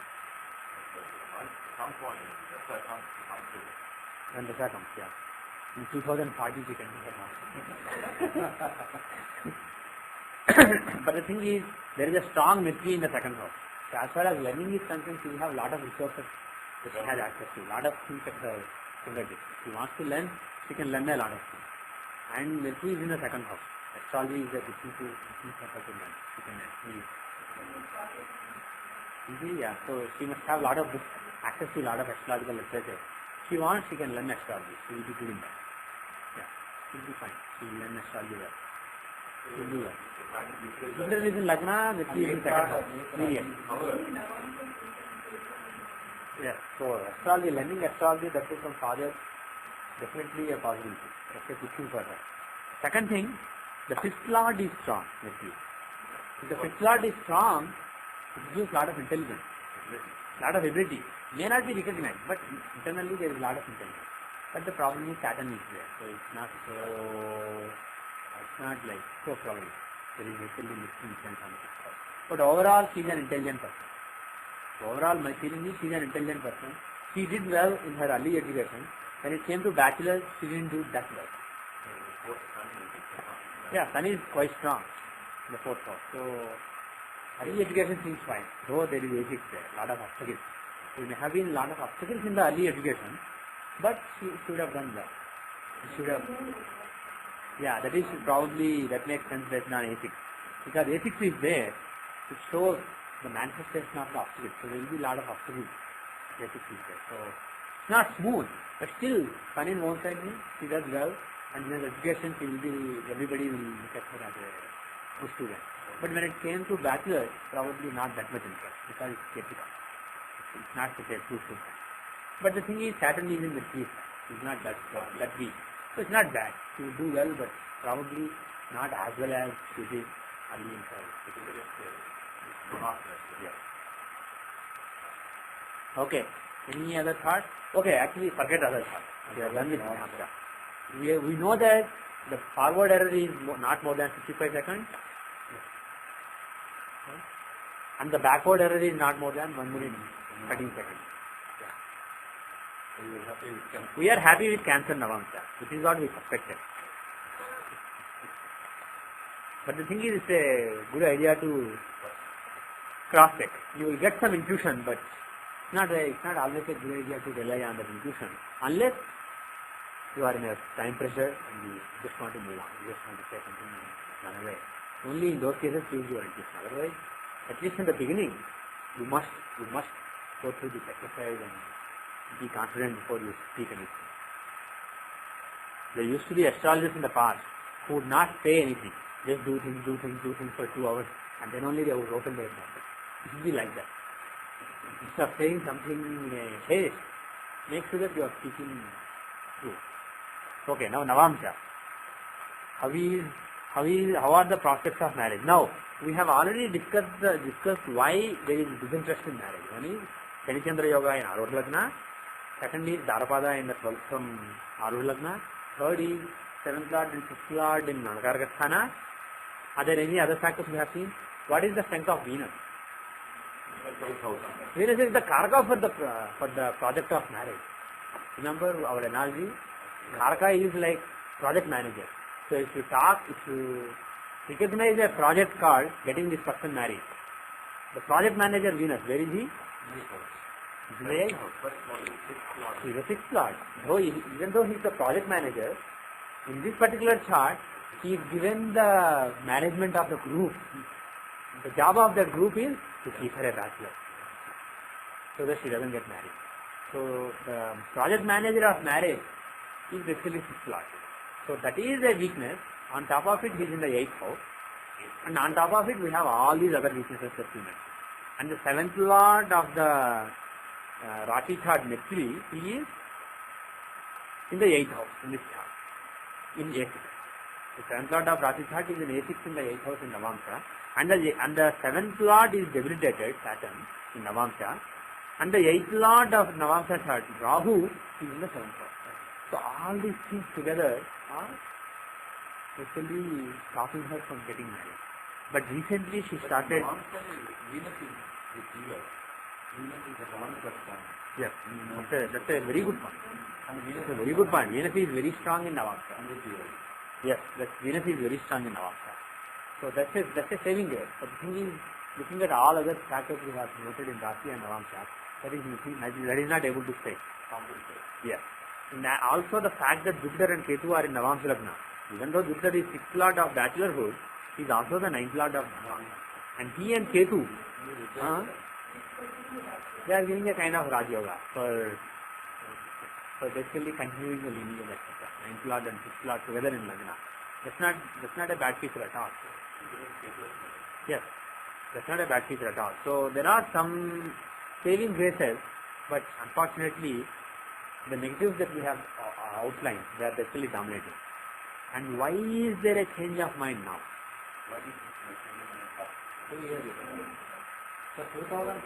So, see, at the time when she should have gotten married, when it was right time to get married, I mean, based on the Indian way, Sandasha, basically, she was still young. She was like 24 at the end of Sandasha. From 18 years of age till 24 years of age. Marriage is a possibility, but the thing is, Sun is the 9th Lord in Rashi chart, but he is the 6th Lord in the 8th house. planets in 8th house don't necessarily show getting married. And in the Navamsha, he is basically afflicted by Ketu. He is eclipsed by Ketu and he is also with the 6th lord. Sun, with lot of effort, Sun could have given marriage, but unfortunately it didn't happen. See, so Sun came close to giving marriage because Sun can give marriage. Yeah. He is in Lagna, forget second house lord. He is in Lagna. Planets in Navamsha Lagna, especially if he is 9th lord in Rashi chart, he can give marriage. Except that he is with Venus, the 6th lord, in Rashi, in the 8th house, and in Navamsha he is eclipsed by Ketu. Even though Ketu is 6th lord, still eclipsed by Ketu. Those are the weaknesses, but with effort, Sun could have given result. Some propitiation was done, Sandasha could have given marriage before 24 years. But once that doesn't happen, who's coming next? Who's Dasha? Moon. Chandradasha starts in 92 at the age of 24 and goes on till the age of 34. At a very crucial age for marriage, Moon Dasha is coming. How is Moon? In Navamsha he is Lagna Lord, perfect. But in Rashi, how is he? He is the 8th Lord. Is his agenda to give marriage or to not give marriage? To not give marriage. Or to break the marriage, there is a marriage.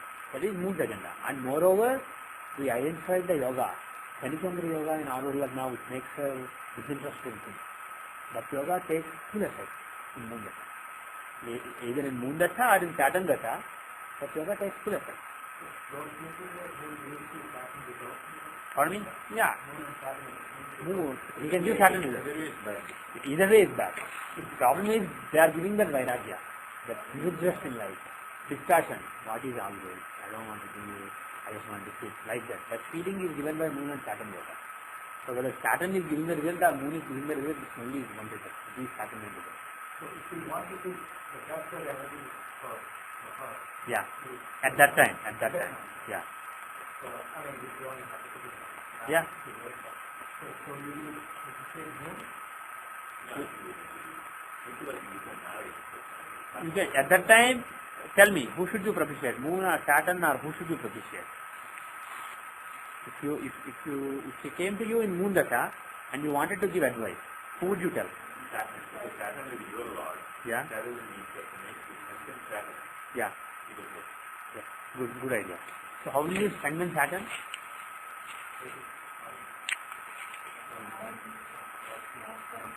Okay. Yeah. Well, if you want marriage, see, the thing is, your Lord and the second Lord from UL is also Saturn. So trying to, and also in Navamsha, he is the 7th Lord. As a matter of fact, Rahu is spoiling there.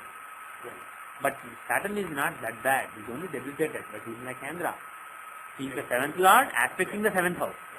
So while Rahu is spoiling the 7th house, Mercury is not so good, others are bad, Saturn is not that bad.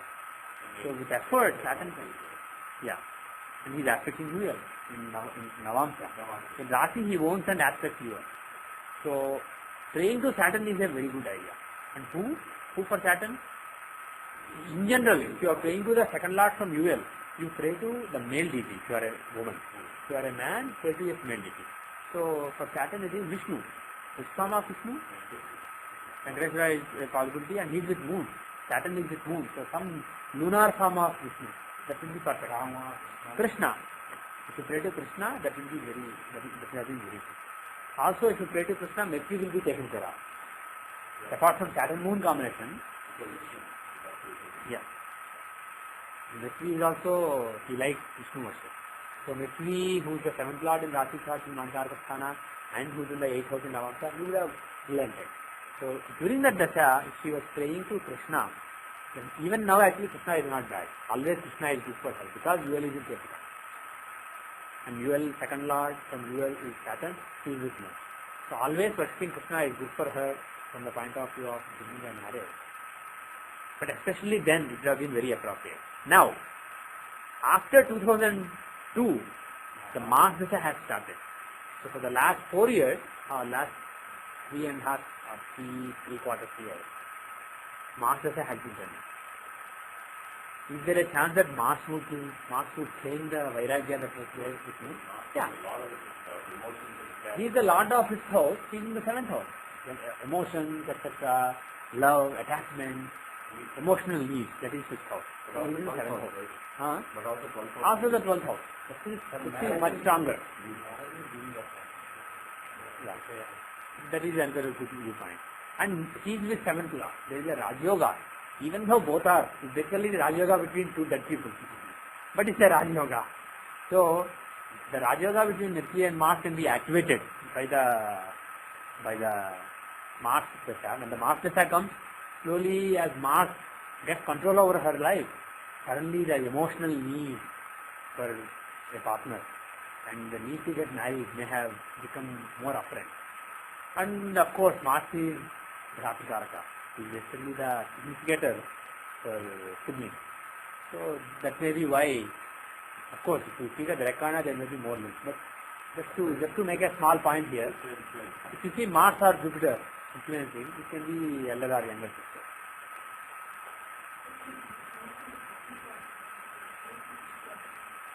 So Mars is Atmakaraka. So Atmakaraka, that's a good point. But that is a point separate from what we are discussing. We will come to that. He noted that Mars is the Atmakaraka. That's interesting. We noticed that. Oh, Mars is Atmakaraka. So Atmakaraka is the side one. So that shows some struggle. It will not be smooth during this Dasha. During this Dasha, What is the point? Not Atmakaraka. the Vishwatri Dasha or any Nakshatra Dasha of Atmakaraka is usually a tough Dasha. Your spiritual find is the greatest Dasha in your life. Your Atma shines. But if you are not that spiritual, your Atma wants to shine. And Atma can only shine by removing all the layers. This is basically a painful process materially. So if you are after material things, you will have so much disappointment, frustration, things won't work out. And then you realize, oh, all this is nonsense. This is Atma, that is real. So at the end, it is good. But during the realization stage, until you realize, you basically suffer like anything. So materially speaking, Atmakaraka's Dasha is supposed to be a bad Dasha, unless Atmakaraka is involved in any yoga. Not really. That's it. Okay. Like Atmakaraka, Pitrakaraka are together, Atmakaraka, Pitrakaraka are together. If those Rajogas are there, then Atmakaraka's Dasha can be good. Those Rajogas can subscribe. Dhatukaraka. Good. Okay. So during this Mars Dasha, the indications are covered. During the Mars Dasha, she may become interested in marriage. And right now, Mitri Antar Dasha is running. From last November to coming November. So this is a very favorable period because Mitri is the 7th Lord. There is a Raj Yoga between Mars and Mitri. So during this time, the desire for marriage will be strong, very strong. So when God figured in Mars sister, Possible. Mars Saturn, Why Saturn? because Saturn is in the 5th house. Yeah. And it was before the Mars is supposed to be Yeah, but the same stupid Saturn is also with Moon. He is giving that Vairagya. Whereas if you look at Jupiter, he is in the 9th, he is the Lagna Lord. Overall well-being of the native, he is in the 9th house of Dharma. And he is in the Navamsha, he is in Lagna. He wants to get the Navamsha started. Sun and Ketu are fighting there. One headless idiot and then king, they are fighting. Headless idiot says, oh, this is all Maya, let's just walk away from here. He says, no, this is my kingdom, walk away. Everything makes sense, this is all my kingdom, great kingdom, I am a great king. And the headless Ketu will say, what kingdom, what king, all is all now, let's just go away. So there is a big struggle going on between the king's son and the headless Ketu in the Lagna. And then Jupiter is the mediator, he comes. Even though he is also the 6th Lord, he is Dharma Lord. He comes and tells Ketu, what are you doing? You are the 6th Lord. Son, what are you doing? Let's go marry. So basically, that way, I mean, I'm just exaggerating in my, when I'm speaking allegorically, but imagine planets to have personality. Imagine Sun, Ketu, Jupiter to have personality. Jupiter is the guy who understands both the aspects. Sun's aspects of material, dharma, all the dharma, getting things done, etc., the Agni, dharma, etc., and Ketu's desire for no desire, moksha. He understands both the worlds, karmic world and the spiritual world. So he is the one who can, when Sun and Ketu are fighting, Jupiter is the one who can come and mediate and make them happy. So Jupiter is the one who is giving a semblance of peace in that lagna. It is the speed for her marriage. So probably Jupiter Antardasha would have been a crucial Antardasha, more than Saturn. Jupiter Antardasha would have been a very important Antardasha from the point of view of her thoughts being figured inside, so that she wants to get married. And also Jupiter is the kark of her younger brother.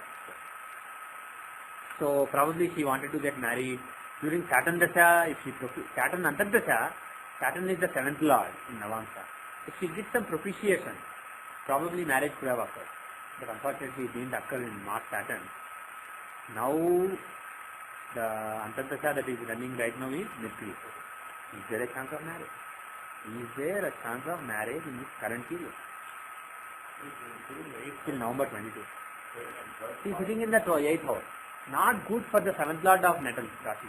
But for Mercury is it bad? 3rd and 12th lord, if you look at Navamsa in isolation, especially with the 3rd and 12th lord sitting in the 8th house, not that bad. This is with Rajyoga. It can give result at the end, suddenly, unexpectedly. And he has Argada on the 7th house. He is the Rashi 7th lord. In Navamsa he has Argada on the 7th. So there is some chance. And how is the Mars Mercury Bhoga? In Rashi it is in the 7th house itself. It is in the 2nd house from 7th. In Navamsa. Aquarius is the 2nd from Ketukan. So Aquarius has Argada on Ketukan. So planets in Aquarius have Argada on Ketukan. So Mercury has Argada on Ketukan. So where is the, from Mars, the Dasha Lord, the Antardasha Lord Mercury is in 10th house in Navamsa. If you count the 10th there from, you come to Scorpio. So Scorpio has the Bhoga. That's structure right. It is the 6th house of love, affection, etc. So from love, etc. you can get. And A9 is there. Manifestation of the Bhagya. This is Bhagya Bhaya. So some fortunate event, tangible fortunate event may occur. So there is a decent chance. If Mercury fails, how is Ketu? In the Rashi he is 12th lord in the 10th house. In Navamsa he is 6th lord in Lagna. Yeah. There is some chance, but not very positive. Even Venus, next two Antardashas, Ketu and Venus are so Antardasha. Till this November is the best possible period. Mars Mercury is the best possible period. Now, is there a, how is Narayan Dasha? Let us quickly check.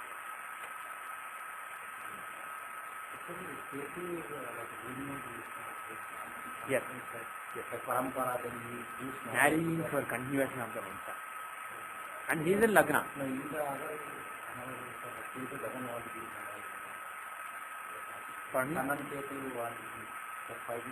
Yeah, right. What I was saying is, Sun is basically affected by Ketu. The thing is, if two people hate each other so much, they may both want to do the same thing, but they will end up fighting and not doing the thing. That is what I was talking about. Ketu's job is to continue the lineage here. And Sun is not bad, he is the 2nd lord. His agenda is not to get him married per se, it is not that bad. But the thing is, when those two are together, Sun is being eclipsed. So Ketu is busy eclipsing Sun. Sun is busy fighting Ketu.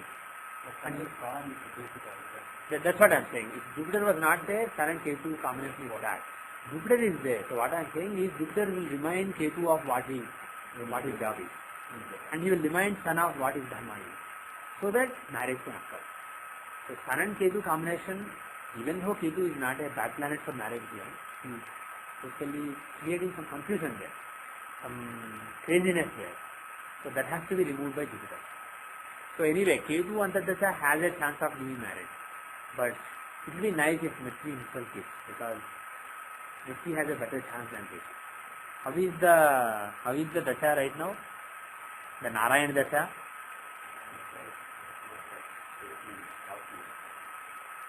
See, from 2007 July, Sagittarius Dasha is going to come. Is Sagittarius capable of giving marriage? Unfortunately, not really. It's the 6th house. So we don't really expect this house to give marriage. Scorpio, how is Scorpio? Is that capable of giving marriage? Yeah. Yeah. We are in the last one third of Scorpio. Scorpio is Vishwadaya, so it gave its results in the first one third. Where is the Lord? Who is the Lord? Ketu. Yeah. Who is the stronger Lord? Ketu. Don't feel so much. I'll be concerned then. In this chart, when I say who's the Lord of Scorpio, if you say Ketu, it's absolutely stop. Because Ketu is with two planets. Mars is alone. So, Ketu is in Krishnavaya or Krishnavaya? Krishnavaya Rasi. So, Ketu's results will be given in the last one third. You understand? So, Ketu's results are being given now. So, the fifth lord being in Lagna, Ketu, his result is being given within Scorpio Dasha, the fifth house Dasha, which are Day 9. So, there is a decent chance, based on the Navamsha Narayan Dasha also, there is a decent chance that the person will get married. Okay? 2007 beginning or 2006?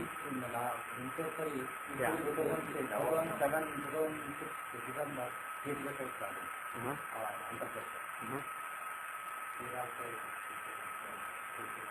Right.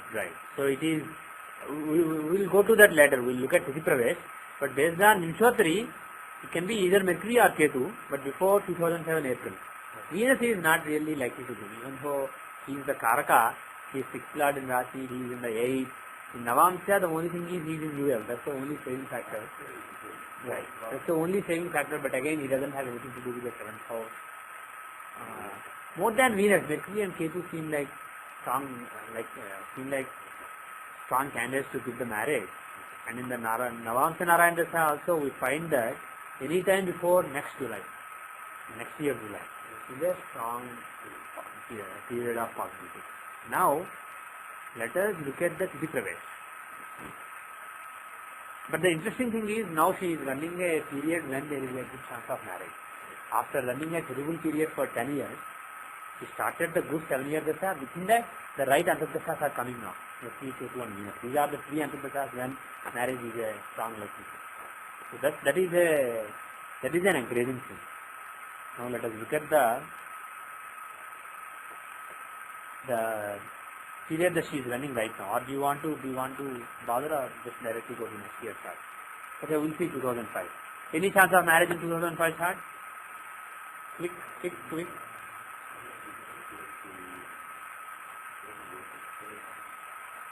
The Rashi has the 7th Lord Jupiter.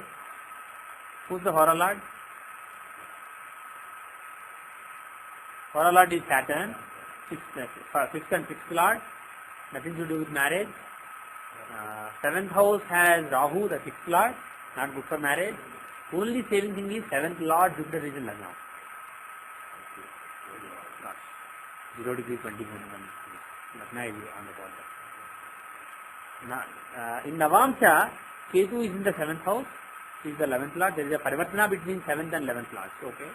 Rahu is in Lagna. And Jupiter, the 7th Lord of Rashi chart, is in 6th house here. Of Brahmacharya. Not so great. Okay, there are some chances, but not very encouraging. Next year, coming year, 2006. Let us look at the annual Tithi Pravesha chart of 2006. Who is the Hora Lord? Mercury is the Hora Lord. And what houses does he own? He owns the 7th house of marriage. But he is with Sun and Saturn, not so good. He is sitting in the 5th house, but he is with the 6th Lord Sun and 11th and 12th Lord Saturn. There are weaknesses, but not bad. Hora Lord clearly has the agenda to give marriage. Ketu is in 7th house. He is the 9th Lord of Dharma. Again for Dharma and prolonging the lineage, so not at all bad. And Jupiter. Jupiter is the Lagna Lord, pardon me? Mercury and Ketu are important planets as per Good, very good. Mars, Mercury and Ketu have seen in the natal chart and they are playing a role here. And not bad for Mars, but not from the point of view of marriage. In general, it's okay. And then the 9th Lord. And Jupiter, how is Jupiter? He is the UL Lord. And pardon me? Yeah, he's in the 8th house. He's the UL Lord in the 11th from UL. As far as marriage is concerned, not bad. How is Navamsa? That is the most important thing. How is Navamsa? Seventh, Lagna has Jupiter and Ketu, that is good. But how is the seventh house? There is a very bad Parivartana between Sun and Moon. Sixth and seventh Lord Parivartana is there. It's not a good yoga, but it can show change from bachelorhood to marriage also, because they are friendly planets, Sun and Moon. When they explain the houses, usually it's a Duryoga, but it can be for good here, it can be switch from a bad state to a good state. So there is some possibility, and the interesting thing is Moon, Jupiter are giving Gajgesari Yoga, and Lagna Lord sitting in the seventh house, not bad. Yes, when the Parivartana is not right. But the point I was making was, Moon has something to do with Lagna. He is aspecting Lagna, and he is with Lagna Lord. Jupiter, Ketu are in Lagna. In the natal chart, Moon was in the Jupiter, Ketu were in Lagna, and it was won by Moon. And again there was a Parivartana between Sun and Moon. You see that with respect to the seventh house here. So maybe this is an important year. Let us look at we have seen 2005-6, let us look at 2007. Even though actually the period we identified is over by then. Yeah, it didn't make sense. We'll quickly see. Yeah, it doesn't make sense. 6th Lord is in 7th house. Saturn is in Lagna, Virgo is in Mankaraka. In the Rashi chart, 7th Lord is in Lagna, but 8th Lord is in 7th house. 7th Lord Mars is in Lagna, but the 8th Lord Jupiter is in Lagna. And in Navamsa, 6th Lord is in 7th. Not that great for getting married. Go back to 2006, that's the year. If she gets married, this is the year. And unfortunately, we see some negatives also. It's not like, yes, marriage is here, that kind of thing. But there are enough positives. So with some remedies, there is a strong chance that she will get married this year. Now, who is the Hora Lord? You said Mercury. Yes, what is your question, Sriram?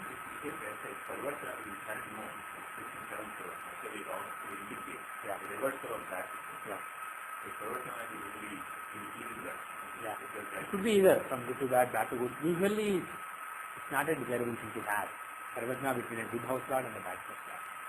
It's not a good combination. I'm just hoping that with some remedy here, it will could be.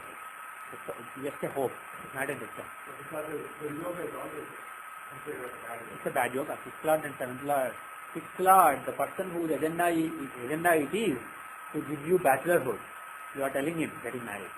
And the person whose agenda it is to get you married, you are putting him in the house of bachelorhood and saying, next year is a bachelor. So you are basically switching the roles. And the thing is, if the 6th Lord was in 6th and the 7th Lord was in 7th, then that would have been good.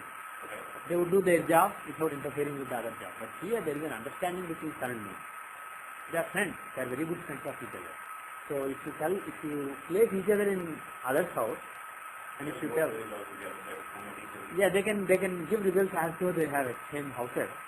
And 6th Lord can give the result of 6th house, and 7th Lord can give the result of 7th house. Then what will happen is, they will be married, and still there will be some bachelorhood that is kept out. 6th house is not just bachelorhood. 6th house is the house of overcoming Allah. So relating to married life, there can be a lot of problems. If the person will overcome with a lot of results.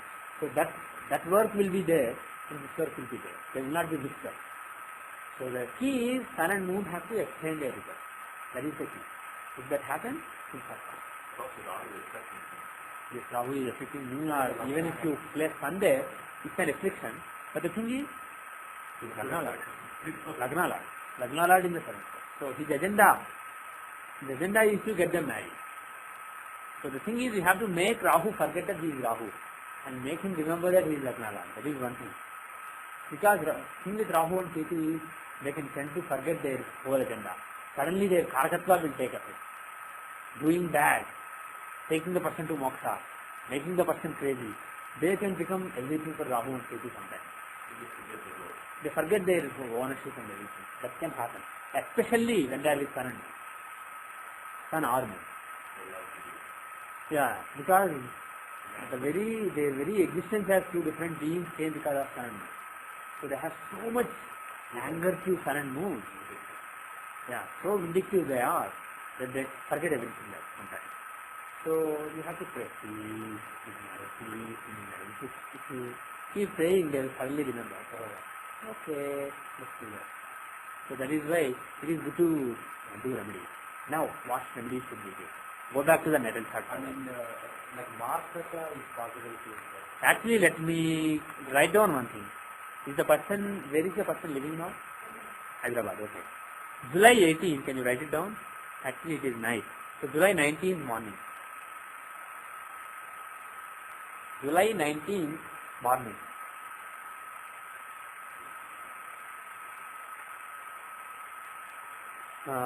When she wakes up, basically, sunrise. At that time, do a prayer. Go to a temple.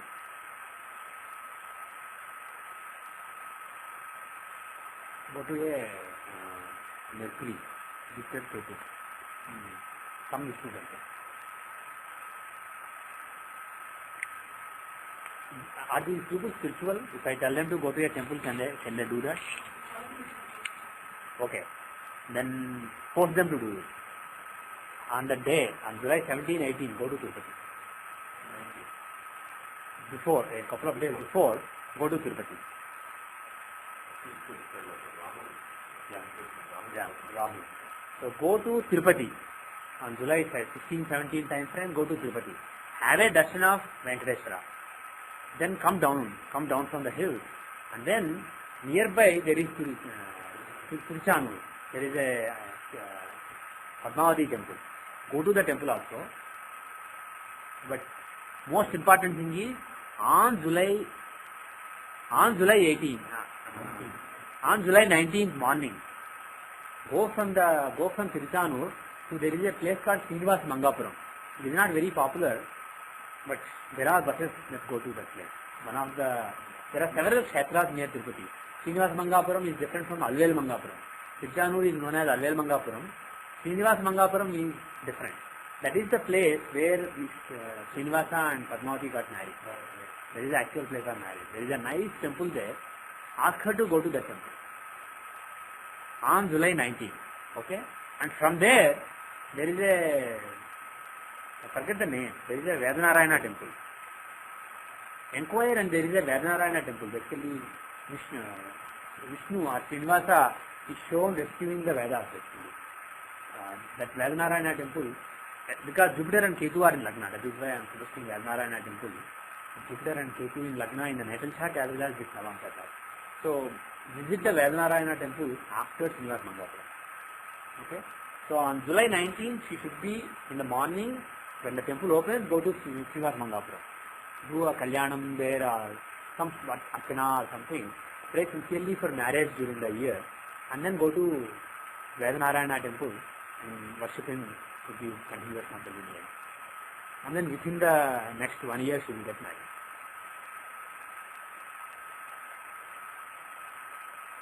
What Dasha is, so this is one thing. This is one thing she should do. What else should she do? This is based on the Tithi Pravesh. Okay? When the new year is starting, you want it to start on a good note. So you want the year to be a very good year. So you are doing all this. In general, is there any fasting suggested for her? Yeah. Saturday fasting, you probably already told. Okay. Let her do it for 40 or 48 days. Week. Days means Saturday, 48, 40. So do that for, it will be almost a year. So before that she will get married probably. So let her do fasting on Saturday and then pray to Krishna. At the end of the fasting, pray to Krishna, offer some small naivedya and then eat it.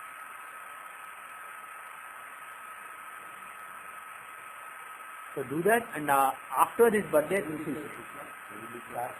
second lord from UL is Saturn, he is with moon. So I just said Krishna.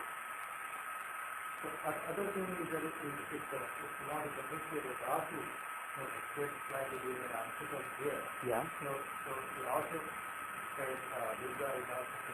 Durga is fine, but Venkateshwara will take care of Rahu. Venkateshwara takes care of Rahu. Varaha, he is associated with the Varaha. So that is why I said Vedanarayana is Ketu. Guru Ketu combination in Lagna, that is why I said Vedanarayana. So Vedanarayana, Venkateshwara and Srinivas Mangapuram. She goes to all those places. That will be very auspicious at the time of birthday. is one simple question.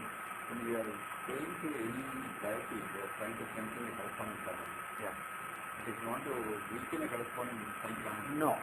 What you are doing is, if the planet's agenda is good, you are strengthening the agenda. If the planet's agenda is weak, you are weakening the. If the planet's agenda is bad, you are weakening the bad agenda. That's what you are doing when you pray. Don't think that if I pray to my 8th Lord, I'll get a lot of trouble. If I pray to, some people say that if I pray to 6th Lord, I'll start fighting with my wife. No. Praying to 6th Lord will make you fight less. Praying to 7th Lord will make you have a good relationship. Okay? So prayers and done for a sattvic purpose will never harm you. you only take the positive path. You only take the positive part. The thing is, if you are doing certain tantras, then it's different. But as far as sattvic prayers are concerned, you are not going to be, it's not like wearing a ring. It's a totally different thing. Wearing a ring is a rajasic thing, so you have to know whether you are increasing or decreasing, you are strengthening or suppressing the planet.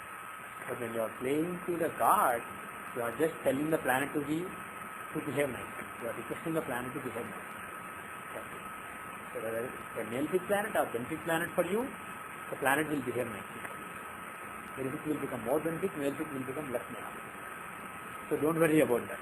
You can pray to any god anytime, irrespective of all these indications. I said these devatas for this particular reason. Krishna, Tirupati, Srinivas Kalyanam, Srinivas Mangapuram, all these because based on the chart. Even if she goes to some other temple on that day, nothing bad will happen. It will only be good. But this will maximize the good. This advice. Okay? So we gave the remedies. Now, before we conclude, can you give a likely period of marriage? Probably after this June, was it June or July? When was the... Oh, it came to natal. July 18. So from this July 18, within 1 year, she will get married. When is that? What is a... It's not one. Can you identify 2 or 3 likely periods? Is Mercury a possibility? Sun, Moon are coming immediately. Those are the planets involved in that yoga. So there is a chance, August, September time frame, there is a good chance. Then Mars, is he a candidate? Yes. Why? Because Mars is a 9th Lord here. Yeah. In the Rashi chart, but he is in the 6th house. He has nothing to do with marriage. In the Navamsha, he is 3rd and 10th Lord in the 4th house. Yeah, that's the only thing. He is the UL Lord. Parvatana with Venus. But not such an attractive candidate. Mercury, 7th Lord. Mercury is the 7th Lord in the Rashi chart. In the Navamsha, he is associated with the 7th Lord, Sun. So Mercury is a strong candidate. He is the strongest candidate probably. So probably October, November, December is the strongest period. And then before September 20 is also very strong period, strong policy. During the honeymoon. Between Venus and Mars in the Yes. so Venus is a Karaka for Mars. Yes. The 4th house is Yes. Yes. But when there is a Parivartana, Karkatva don't change. Only house ownership. Mars will give results as though he is in UL. And as though he is in the 10th house. So will give 10th house results. How are you looking at the Venus here? We look at both. No, we can look at both. Rashi and Navamsha. Yeah, this is Rashi level marriage. So from that point of view, it's basically in Sagittarius. Who is the star? Where is Vivahasamam? That's the only thing we haven't considered. Where is Vivahasamam?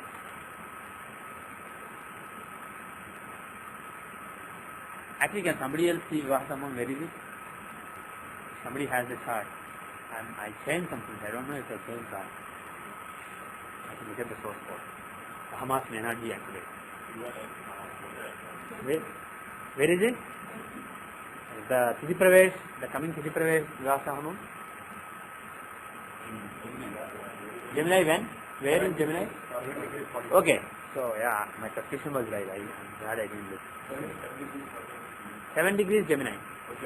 That is where Vivahasamam is. You see something else on my chart, my computer, because I was playing with something. I did not undo my thing. I remember, last thing I remembered when I played with it a few weeks back, I forgot to change it back. I made a mental note at that time. Don't do Hamas until you change it. I forgot to change it. Okay. So Mritvi is not only the seventh lord, but Vivaha lord. So probably it will be Mritvi Darshan. Probably it will be between October 19 to December 19. But let us hope it is before September itself. Because this is a good month. Shravan Masa is a good month for marriages. So let us hope it happens then itself. And let her do all those prayers. Okay? And on that day, do that prayer. So I hope that you tell her in December that she got married. So all the best. Convey the best wishes of her class. Okay? With that, we will end for today.